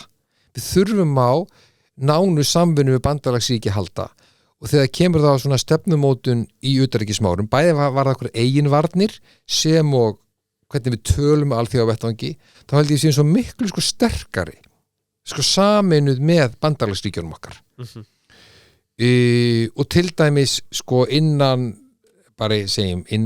NATO innan EES á þeim grundvelli sem við getum talað þar, getum við talað fyrir því að áður en, hefum getað talað fyrir því skýrar, áður en Rússland réðust inn í Úkraínu, bæði 2014 og núna síðast, að þeir yrðu fyrir mjög alvarlegum efnahagsþvingunum ef að þeir myndu láta verða af þessu. Því svona, ég held að rússnesk stjórnvöld það hefur verið svona, hvað munu þau rauninni gera í vestrinu? Þeir munu kannski ekki taka svo harkalega á okkur, skiljið. Það var svona, þetta við munum komast upp með þetta. Þeir heldur myndu komast upp með þetta. Að ég held vegna þess að við og bandalagsríkinu okkar tölum ekki nógu skýrt. Gerum það raunar ekki enn, sko? Eða sett, tökum ekki afstöðu hann daginn, eða ekki? Vorum við ekki, reyndum við hlutlaust atkvæði? Já, í eftir að tala með Gaza eða Palestínu. Var það Palestínu? Já, það var í Palestínu, alltaf leginn Palestínu. Þar til dæmis finnst mér, sko, forseti Íslands á alltaf að fylgja utanríkisstefnu Íslands.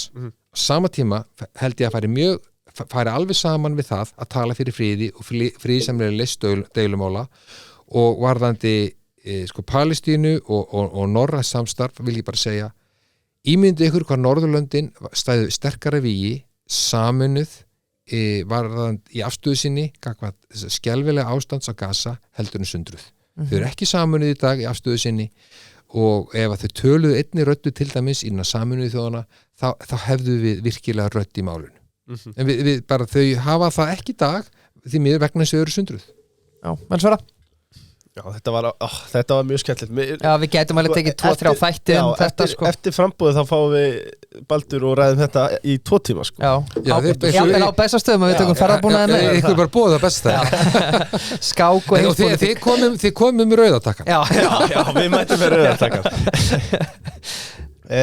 Ein spurning sem var nú tekin fyrir á Padborsumræðunum daginn. Já, Rúf og Föstæn, já. Kostnaði við frambúðið. Veistu cirka hvað frambúðið mun kosta? Við höfum áætlað að það kosti 20 milljónir en við erum náttúrulega ennþá bara að afla fé og við byggjum einhverjum á framlögum bara stuðningsmanna, sjálfboðaliða, margsáttar stuðningur kemur fram í því að menn eru að baka brauðtertur og koma með bakkelsi. Aðrir eru að skúra gólf og færa til húsgögn og standa vaktina, ringja út símtöl allar sveitir landsins fyrir fundina og svo eru líka þessi litlu framlögin sem þykir vænst að skipta mestu máli. Þannig við höfum áætlað að þetta sé svona 20 milljónir þó við vitum náttúrulega ekki nákvæmlega hvað þetta endar en ég tók að mitt eftir því að önnur svör voru ekkert mjög skýr. Nei, það var minna tölur, sko. Ég með langaði líka hnýti það Halla kemur mjög vel fyrir, hún vinkun okkur og hún mæti þáttinn en ég hvet hann til Höllur Hrund til þess að taka aðeins skýrara afstöður í þessum málum. Hún hlýtur að fara í Excel eftir þáttinn og kemur með þetta í næsta þetti. Ég hef sagt það í gríni mitt vandamál er að ég er á hreinskilin fyrir þessu kosningabaráttu að því að ég bara get ekki sagt ósatt þó að myndi gagnast með pólitískt. Það er satt kostur. Hitt er að komandi úr námi í Bretlandi, ég var í námi í Bretlandi 5 ár, í doktorsnámi í Bretlandi og þar leggja menn höfuð áherslu það að berja úr fræðimönnum, ungum fræðimönnum að segja ég. Þú mátt aldrei segja ég. Í fræðigreinum eða þú ert að tala sem sérfræðingur í útvarpi eða sjónvarpi eða á fundum, þú segir aldrei ég. Þannig að nú er allir í mínu kosningateima að segja þú verður að segja ég, þú verður að segja hvað þú gert í lífinu og hvað þú hefur náðu afreka og svo leiðis. Mér finnst þetta mjög erfitt að því ég er búin að þjálfaður upp í þessu, það segi ekki ég. Svo koma kannski aðrir með bandaríska menningun inn í þetta þar sem er þjálfaður í því að segja hér ég og mig frá mér til mín. Þetta er þetta frábæð punktur. Þetta er mismunandi í þjálfun. Já, algjörlega. Þannig að maður kemur mismunandi hátt að þessu. Þannig ég er að reyna að segja meira ég, en virkilega, mér finnst það erfitt. Já, byrjaði bara allar setningar á ég. Ég sem langar að tala Ellingsen hérna. Ef við finnir regnfarna fyrir alla fjölskylduna í Ellingsen og það mun regna í sumar, ég get bara sagt Já, því miður það, ef eitthvað er víst þá mun regna í sumar. Þannig að endilega kíkið þanga og græði Didriksson fína jakka, þeir eru á góðu verði. og eru gæði, Didrikssons flott merki, svo erum við með búlunni Já, og það er kóngurinn, það er Já. minn uppáhaldsborgari. ætli ég fari ekki bara í búlunni í dag maður Baldur, þú heiðarleiki, það er kannski þinn helsti ókostur í þessari framboðs. Hvort er það búlan eða söpvi? Búllan Já, Búllan, já Hvað mörg atkvæði, heiðarleiki hvað misti ég mörg atkvæði núna Allir söfnið með brjálæðir Berri borðið nei, hérna Hvernig kann það sagt þetta? Já, akkurat, sko, við félags byggum lengi á Vesturgötunni Já, og fórum náttúrulega í búlluna þarna við höfnina, sko. Já, Mér finnst það dásanlegu staður. og það er náttúrulega iconic búla Já, það er sú alveg iconic búlla, sko. Já, og hérna ég held þetta fyrsta daginn sem hún opnaði, sko, þetta er fyrir löngu síðan, sko, þetta er 2000 eitthvað svoleiðis. Þá hérna, fyrsta daginn sem hún opnaði, þá fórum við fjölskyldan, við vildum fara, þetta var ný borgarastöð, við félags fórum með krökkunum okkar, sko, og við pöntuðum borgara fyrir alla fjölskylduna og til að taka með og haldið sko Tommi var sjálfur að akkurða og haldur hann ekki bara rétt ykkur, það bara gjöru svo vel takið þetta með eitthvað heim leiður ykkur ekki einu svona borga sko. Það var svo mikill höfðingi höfðingi heima að sækja. Og Tommi Eldhúsnum wow. Já, fyrsta daginn alveg stóð þannig sveittur sko.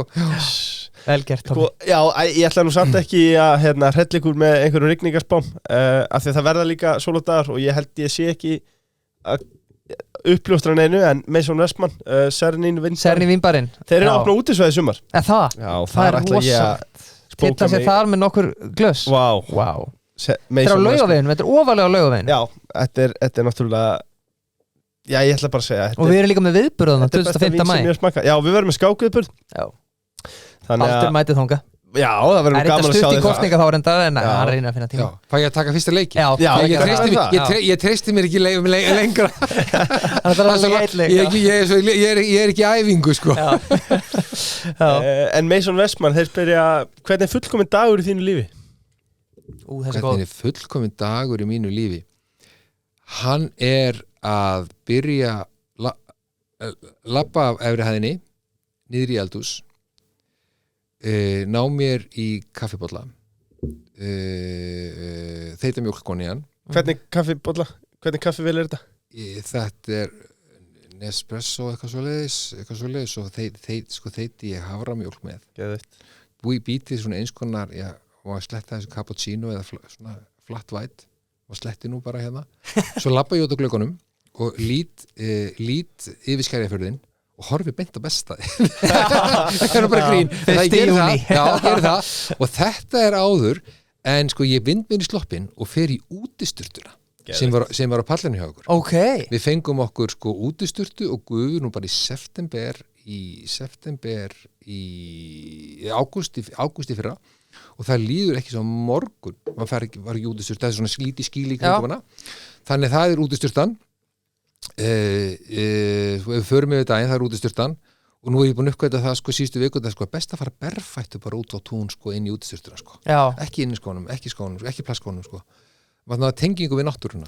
Síðan er þegar maður komin út í stjórnunni nú komin hátegi já, svona verða það, já, ég er ekki alveg þar sko, en við útbyggum út í stjórnuna þannig sko að það er líka glerða, þannig að maður sjáu áfram út á túnið út á Skerjafjörðin sko. Geðveikt. Síðan gengur það ekki báðar áttir eða? Það átti ekki upplýst það sko, en það er mjög fljótt að koma gufa ef maður hingar í 10 sekundur þá er gufan komin, þá sleppur það sko. En hérna síðan þegar maður búin að klæða sig þá skýst ég upp sko besti dagurinn, þá er að bara fara í næsta hús, en þar býr dóttir okkar tengdasonur og 2 barnabörn, 3 ára afastelpan okkar og 6 mánaða afastelpan okkar og eiga stund með þeim í morgun á morgnana er bara dásend. Og veistu hvað þetta gerði ég í morgun og ég kom til ykkar? Já, vel gert. Þetta er svona góðu skapi. Já, þetta var allt saman sem ég gerði áður ég kom til ykkar. Og svo kemur þetta einn fullkomni dagur. Já, þetta er bara fullkomni, svo kem ég til ykkar og verja svona morgninum með þeim og síðan með þeim eða það sér, við Felix steikjum okkur alltaf egg á morgnana.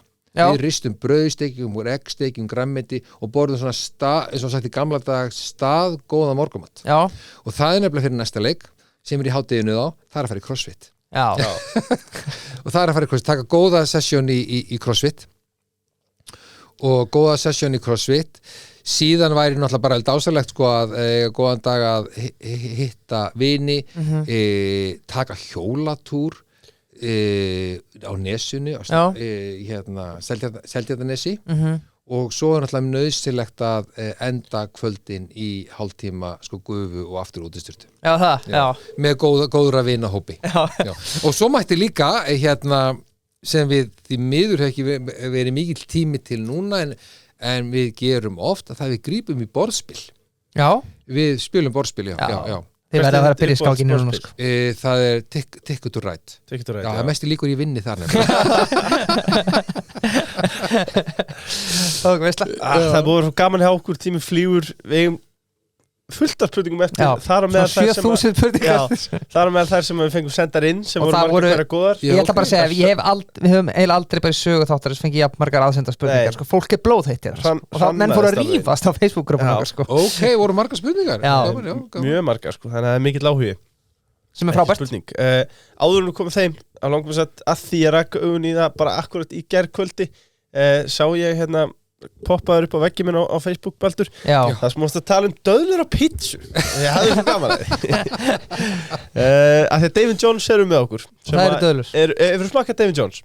Nei Það eru döðlunar sem eru húðaðar með alls konar Já, býtu með hérna lakkrís og karamellu og Já, ég er bara svo lélir sko í merkjónum ég er alltaf með eitt poka af þessu ég heldur sko fyrir það er bara þannig sko það er bara þannig ég er með hrifin af þessu sko hérna það er svona sætt bragð ég veit ekki hvað það er svona eins og með svona ávaxtabragði ávaxtabragðunum þetta er sko upp á stöðlunum þetta er bara sko hérna algjörlega bara döðlurnar eru alveg möst á pizzu sko ég myndi helst líka sko ég þannig sko félis ekki alveg þarna sko vegna þess að heima hjá mér sko það er meira frambóð á matnum mínum heldur en eftirspurn eftir honum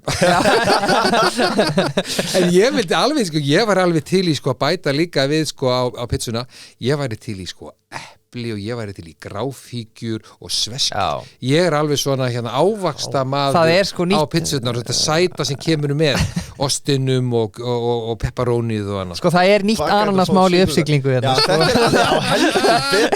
en ef hann er að toppa þetta sko Vá, ég er að döðlur og ananas allavega og epli ef þetta er fullkomi sko þá erum við með döðlur við erum með epli, við erum með ananas við erum með gráfíkjur og við erum með sveskjur Sæll Þetta er alvörum Það verst að við erum ekki með pizzastað til að tala um en þetta væri svona ávaxta pizza með þeim en svo náttúrulega líka að vera sko pepperoni kemur inn og osturinn sko. Okay. Ég vil hafa svona mau sko en þetta er kannski ástæðan fyrir því að það er sko minni eftirspurn til frambóð á matnum mínum heima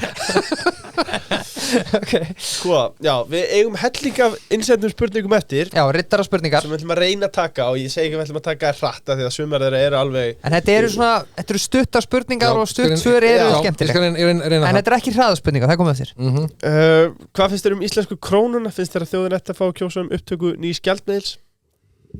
Já, þetta er náttúrulega bara í höndum þingsins, við erum að takast á þetta í þingkostningum en segjum svo bara Alþingi ætlaði að leggja niður krónuna og taka upp annað gjaldmiðil án undangenginu þjóðaratkvæðagreiðslu þá finnst mér velkomið til greina forseti íhugi það að senda það mál til þjóðarinnar Klart mál Hversu langt hefur að ganga í sniðgöngu og alþjóðlegum viðburðum þar sem ýmsu þjóðir mæta til leiks sem brjóta mannréttindi heima fyrir til dæmis Ólympíuleikar eða Eurovision Það sem ég hræddu við þar varðandi sniðgöngun að ef við hefðum alltaf orðið ef við alltaf tekið undir þar áskorunir að sniðganga Ólympíuleikana ef við alltaf orðið við áskorunum að sniðganga heimsmeistarana mót karla og kvenna í knattspyrnu þá væru engir Ólympíuleikar þá væri engin heimsmeistarana mót karla og kvenna í knattspyrnu það er hættan ef við erum að sniðganga ég er almennt talsmaður samtalsins en auðvitað getur komið að þeim tímapunkti maður fái algjörlega upp í kok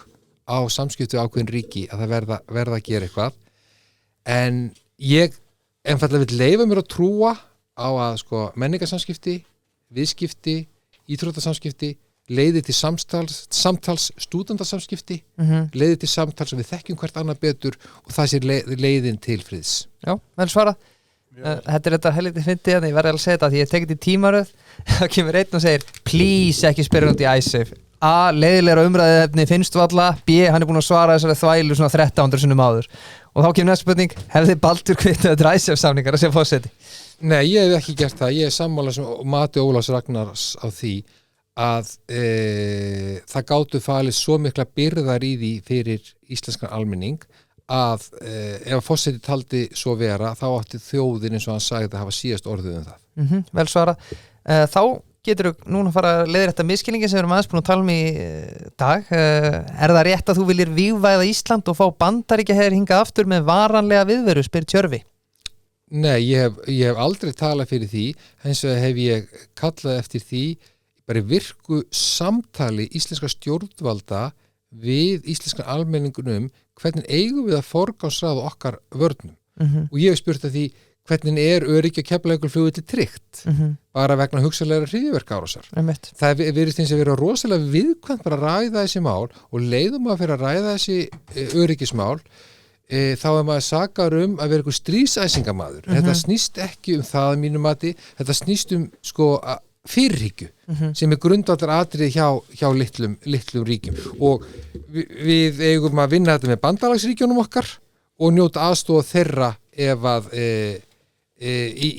á okkur yrði ráðist. Algjörlega vel svara. Hann á aðra spurningu ég leifum svari. Hver er þín skoðun Úkrænustríðinu? Telurðu að Úkraína geti enn unnið þetta stríð? Þegar ég held að unnið stríðið ég held að það verði æði erfitt í Úkrænumönnum að ná aftur því landsvæði sem Rússar hafa náð undir sig í landinu. Það yrði alveg skelfilega mikil og blóðug átök. Ef spurningi snýra því þá held ég að það sé mjög erfitt. En það á sama tíma gríðarlega mikilvægt að mínu mati að leyfa rússnesku stjórnvöldum ekki að komast upp með það að ráðast inn í sjálfstætt og fullvalda ríki. Þegar það sem ég óttast ef að þeir komast upp með það að ná Úkraínu á sínu vald þá væri ekki Úkraína ekki fyrsta landi til að falla. Kannski eitt sem langar að spyrja og þessu, þetta er bara spurning frá mér en núna náttúrulega tölum á stríðið á Gaza og Hamas voru búin að samþykkja vopnælistillöguna en ísraelska stjórnin neitaði en mikið tala alltaf vopnælistillögur 40 daga vopnahlé og svo framvegis en af hverju ekkert talað núna milli Rússlands og Úkraínu? Þú veist, er bara engar umræður í gangi hlé þar eða? Ég bara veit það ekki en maður hefur nú heyrt af og til í fjölmiðlum sko að það svona verið kannski að reyna að tala saman bak við tjöldin og reglulega eru alþjóðlegi miðlar að segja frá því að jafnvel bandari stjórnvöld eru í einhverjum samtölu við rússnum stjórnvöld að reyna að slíðra sverðin. Þetta hefur bara engu skilað sko. Það hefur líka bara einfallega verið sagt að það verður vopnahlé sko sama dag og Rússar hætta að senda sprengjur á Úkraíns landsvæði. Ég held að það þyrfti að reyna að gera betur í því að fá menn að borðinu eða að fá málamiðlunar aðila til þess að reyna að fá þessar aðila til að slíðra sverðin. Við getum ekki haldið svona áfram. Hvort sem er á Gaza eða í Úkraínu. Vel svara. Það var ansið þungar fyrst spurningar, núna verða það aðeins léttari. Jan Martin spyr, hvað myndi Baldur gera eða kemur upp stjórnarkreppa hér á landi? Ef að kemur upp stjórnarkreppa, náttúrulega reynir fjósiti fyrst að miðla málum á milli stjórnmálaflokka til þess að það verði mynduð meirihluta ef útséð með að sé ekki hægt að mynda meirihluta þá athugar hvort það sé að mynda minnihluta það sem einhverjir flokkar var að styðja hann á þinginu sko, sem minnihluta með stuðningi þingsins neyðarúrræði væri að skipa utanþingsstjórn en náttúrulega sem þingið náttúrulega yrði líka þóla hana sko en það er bara einu sinni í sögunni verið skipuð utanþingsstjórn og það var unni tíð ríkisstjórans á 1942 áður en forsetaembættið kom til þetta væri unni bara í neyð en það væri heldur kannski ekki óeðlilegt sko á rauninni að sko kjósa aftur eða kjósa áður en forseti gripi til þannig ráðstafana. Já, algjörlega. Kristján Óli spyr, þessi skemmtileg. Hvar kynntust þið Felix og var það ást við fyrstu sýn? Já, það var bara þannig að við sáum fyrst í bókasafni samtökan 78 Ok. 1996 það var fyrsta skiptið miðjan janúar sem ég þorði fyrir mitt litla líf að fara upp í samtök 78 félagsmiðstöðun sem það var, ég var nýkomin út af skapnum ég rakst á félags á bókasafninu þar sem ég var að reyna að grúski ykkur bóku við varum meira að gjóa augunum á hann en við sátum við sama borðið vitið þið hvað, sko þrjá 50-dagskvöld í röð á þess að þóra fyrir okkur litla líf að tala við hvort annan. Í alvörunni? Já, það var bara þannig. En við vissum við af öðrum en við þorðum ekki að líta hvort annan. En vorum, síðan heyri ég það, þannig miðjan febrúar, Felix segir við eitthvað að vini sína niður, hann sé á leiðinni á 22 sem nú er þetta kíki. Já. Og ég hafði aldrei fyrir mitt litla líf þórað að fara inn á samkynniða skemmtistað. Sko, ég var 28 ára. Já. Og ég heyri það, en ég fór heim ég fór í mitt fínasta púss fyrir svona djamgalan, segi það og barði mig kjarkafarinn á 22 labba upp á hæðina, síðan Felix stendur innst við barinn og labbaði bent á hann og sagði hæ rest is history síðan höfum við talað saman. Skemmtileg saga. Arnar Þór hann spyr, hvað ertu með stórt teymið á bakvið þig og hversu margir af þeim eru PR-fulltrúar? Sko, sjálfboðalega teymið þeir sem eru skráðir sem sjálfboðalega hjá okkur 600 manns all land. Það eru sko tugir manna sko virkir þannig að þeir eru að vinna sko daglega í kosningabaráttunni og vinna marga tíma á dag sem hverjir. Sko Ragnar keyrir hvern einasta morgun úr Grímsnesinu til að opna kosningamiðstöðunum kl. 8 og hún er hann yfir kl. 6 setnipartin þegar ég kem í hús. Þannig það er gríðarlega mikill fjöldi sjálfboðaliða ég hugsa sér bara yfir 100 mann sem bara koma bara frambúin eitthvað bara á hverju degi skilur þetta er bara alveg ótrúlega fjöldi sko maður bara svo þakklátti fyrir þetta væri ekki hægt öðru vísi. PR teymi það er svona óræður hópur, það er bara svona margir til dæmis, það er ákveðin hópur sem var að sjá þessa hringferð sem við vorum á var að taka myndir þar, Bjarki ljósmyndir og Alessandra kærastan hans sjáum svona samfélagsmiðla teymið, þau voru að taka myndir og posta, það voru frábæra stelpur Kamala Rut og Solborg voru mikið í því síðan aðrir að búa til sko auglýsingarefni og efni fyrir sem rúfbiðurum sko, það eru 10 manna sem koma þessu skilur, en það er bara svona hver á sínu sviði sko. Já, algjörlega. Sko, þú ert nú eiginlega búin að svara þessu en að því að þetta er nú dykkur hlustandi að spyrja við líka því að það er líka mismunur hlustendurleifur, sko, þegar sumir eru búin að fá að spyrja, sko. Telurðu Hag Íslands betur borgið með aðhald að Evrópusambandinu og eða upptöku evru, spyr Jón Þorvaldsson.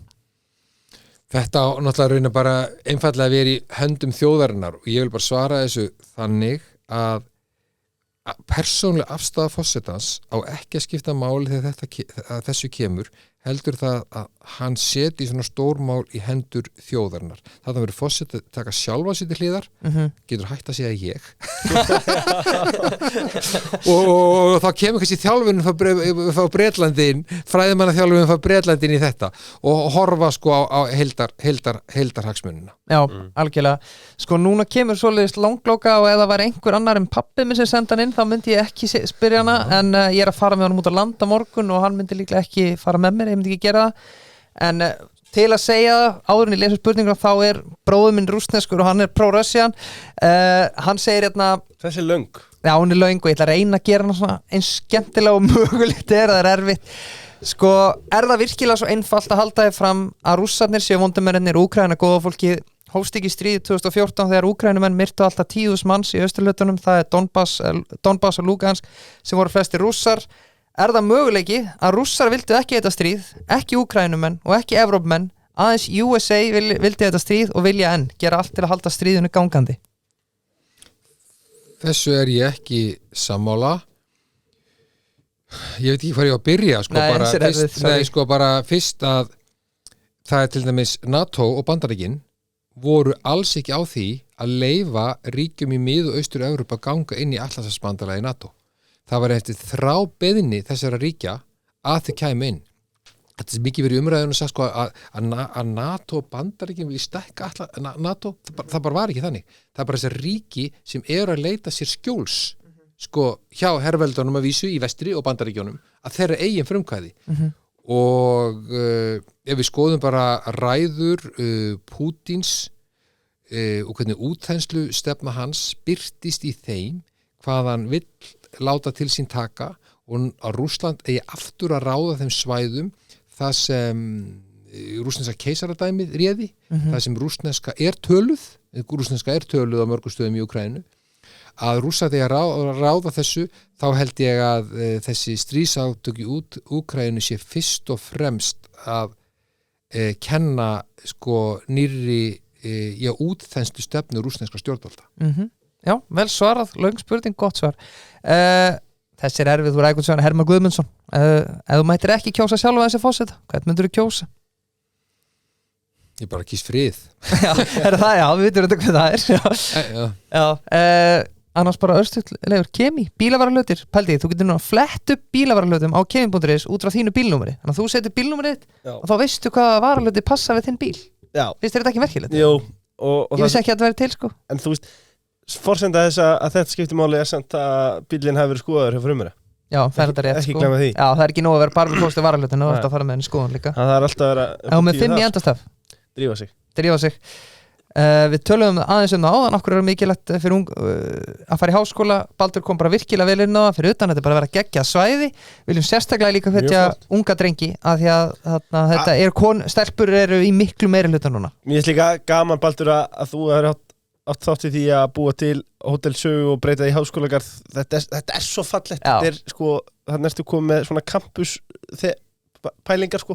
Þetta er svo skemmtilegt fyrir unga fólki. Ég er bara eiginlega, ég samgleðst þeim svo innilega sko. Þetta er bara grundaldra atriði að skapa svona samfélag.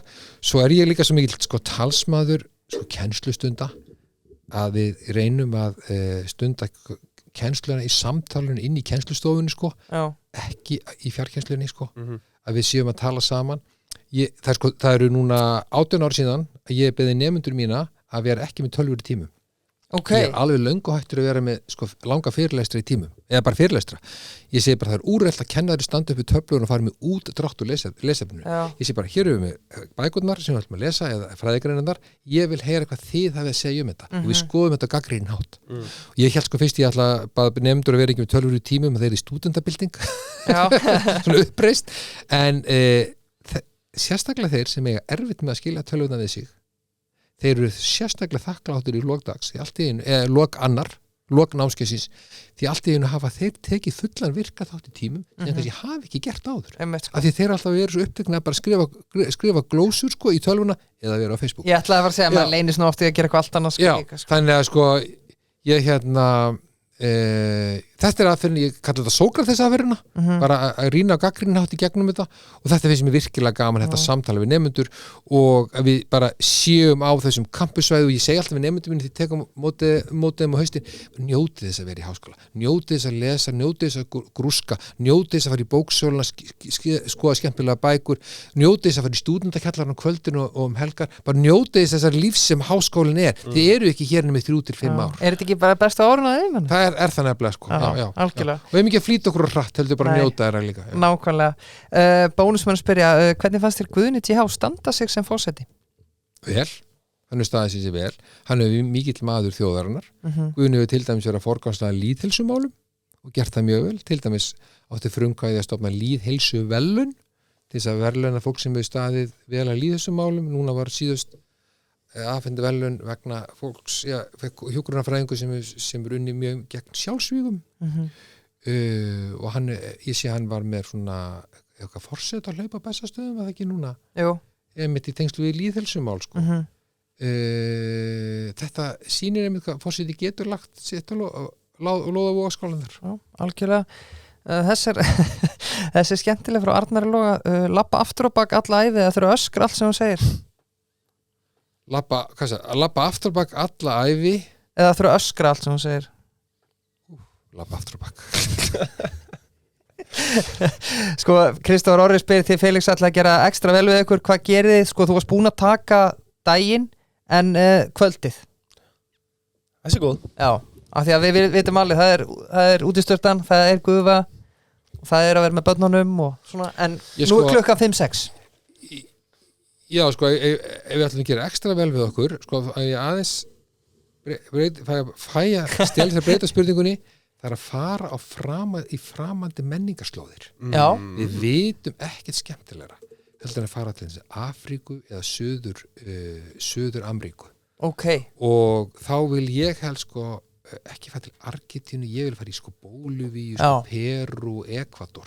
Okay. Það sem ég upplifi ég fá ykkur svona raunverulega suður-ameríska menningu. Hvað er fyrsta sem kom í hugan þegar þú hugsaðir eitt land eða svona einhverja slóðir sem að svona ég held að sé bara Perú og Machu Picchu bara það var það er bara Inkarnir ég sko saga Inkana, saga Indjána í Suður-Ameríku er ég algjörlega heillagra ég hugsi ég væri fornleifafræðingur í dag ef það hefði hægt að læra fornleifafræði við Háskóla Íslands þegar ég var 20 Einmitt. Og já, þannig að ég var ekki búin að draga Felix bara í fornleifa uppgröft já, ok, árum við planið ef að bestastæði klikka algjörlega skemmtilegt og ég held að þar með þessu rittarspurningarna bara já, hann svaraði öllum vel já, mæta vel og, og undirstrykkum svaraði já, hann svaraði þeim öllum það er dálítið mikið líka svara öllu spurningum ekki bara tala og segja ekki neitt sko.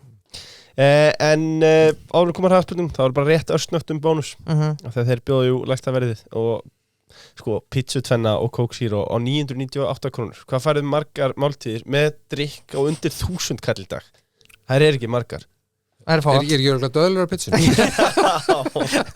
Og hvað var þetta hitt? Ég veit ekki hvað er Fík, hvað sagði það að veri? Þarna, hún með epli Gráfíkjur já Það hlýtur að vera Já, sveskjur Gef mér það bara Herri, hraðspurningarnar Ertu komin í stellingabaldur? Jó Þá byrjum við Er búið að reisa hænsnakoman að Starha 5? Nei Hann verður reistur á bestastöðum Uppáhaldslag með Greifinum Lagið sem Felix söng í gær á hinsegin hátíðin hjá okkur í kostingamiðstöðinni sem hét sko ekki drauma drottningin heldur drauma prinsinn Já, mjög gott Hefur eitthvað fyrst með Eurovision? Aldrei eins lítið á núna Nei, vel gert Uppáhaldsbók sem hefur haft skulum segja, hvaða bók hefur haft mest áhrif á þig? Mest áhrif á mig ég bara held að ég sé bara bróðið Ljónshjarta áhuga mál utan vinnu það eru crossfit ferðalega og framandi menningar slóðir fara austur í sveitina mína þar sem við fjölskyldur lítið ferðaþjónustu fyrirtæki í menningartengdri ferðaþjónustu þar sem ég sameina áhuga minn á fornleifafræði og sögu og stjórnmálafræði og við segjum söguna landnámi fyrir landnámi í 12 manngerðum hellum sem að finna þar. Ok. Mjög áhugavert. Já, 12 manngerði hellar sem margir telja séu gerðir af írum fyrir landnám norræna manna á Íslandi. Hvar eru þeir, segirðu? Þetta er við Ægisíðu, við Hellu, fyrirtæki okkur heitir Hellandi við Hellu.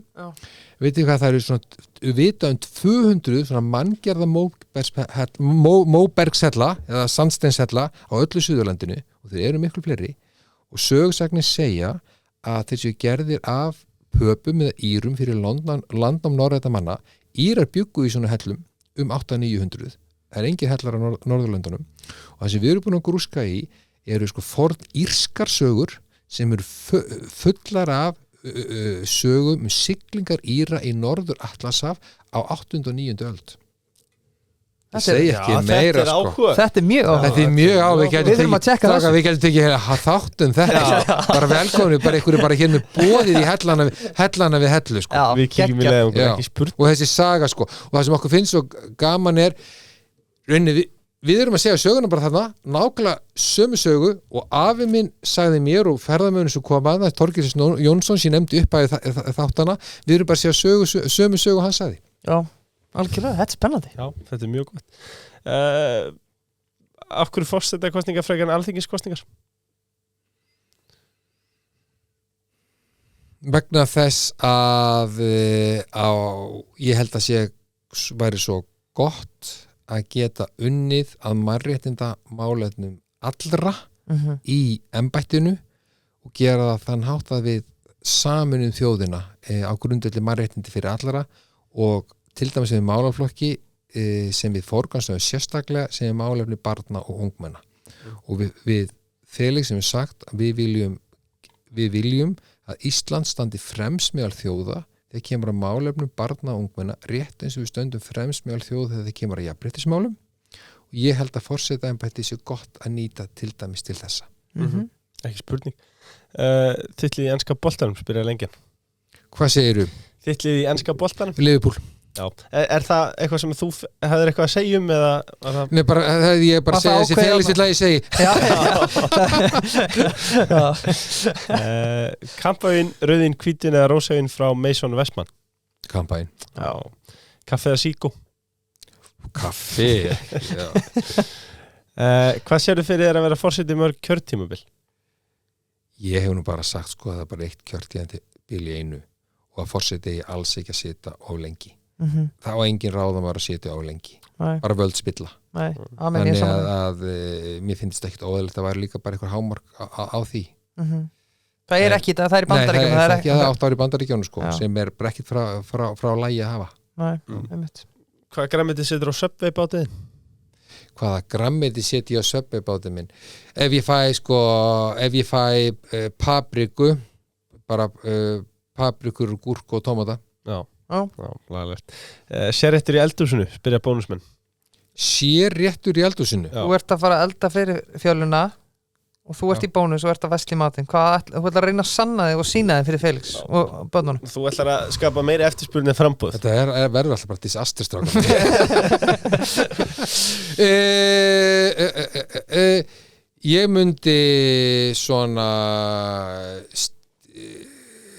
Ég myndi steikja rótagræmiti með kartöflum, blanda svona rótagræmiti með kartöflum, svona rófum og gulrótum, setja kannski smávegis af gráfuggjum út í það og svo myndi ég kaupa gæðafisk í bónus og steikjan. Já, þetta gæti ekki klikkar. Þetta hljómar ríkilega vel. Sumar eða vetur? Sumar. A eða B manneskja? A. Hvenær þarftu næst að fara bíliðin í skoðun? Ég er bara ekki eins og viss. Nei. Ég er bara verið að viðurkenna það. Nei. Já. Þá er bara Ætli ég ekki betri að fara að tekka á þessu? Jú, það er fyrir kannski búið að draga bílið. Já, svo ég verð ekki stoppaður í miðjum framboðsleiðangri. Það er loka spurningin. Komið að loka spurninginni. Baldur, af hverju á fólk að kjósa þig sem forseta? Vegna þess að okkur Felix langar að Ísland standi fremst meðal þjóða þegar kemur að mannréttindum allra í samfélaginu. Og sem ég nefndi áðan að við hefum standa fremst meðal þjóða þegar kemur að málum með barna og ungmenna og það má nýta forsetaembættið til þess að kalla ólíka hópa fólk saman á bestastöðum til þess að lyfta tilteknum málaflokkum upp, taka þau hærra, til dæmis að taka á mikilli vanlíðan barna og ungmenni í samfélaginu, taka á geðheilbrigðismálum ungs fólks í samfélaginu, taka á vímuefna vandanum og ég trúi því virkilega að bara með grundveldi frumkvæðis, bara í Guðna, Ólafs og Vigdísar að forseti geti haft frumkvæði í þessum málaflokkum og geti látið til sín taka þannig að við öll í samfélaginu græðum að því. Baldur Þórhallsson, takk fyrir daginn og takk fyrir komuna. Þakka ykkur, mikið var skemmtilegt að koma til ykkar. Já, sömuleiðis gaman að fá þig. Virkilega gaman. Já. Svo hlakka ég bara að við getum tekið skák. Já, við gerum það á besta stöð. Herru, takk fyrir gæla. Takk ykkur.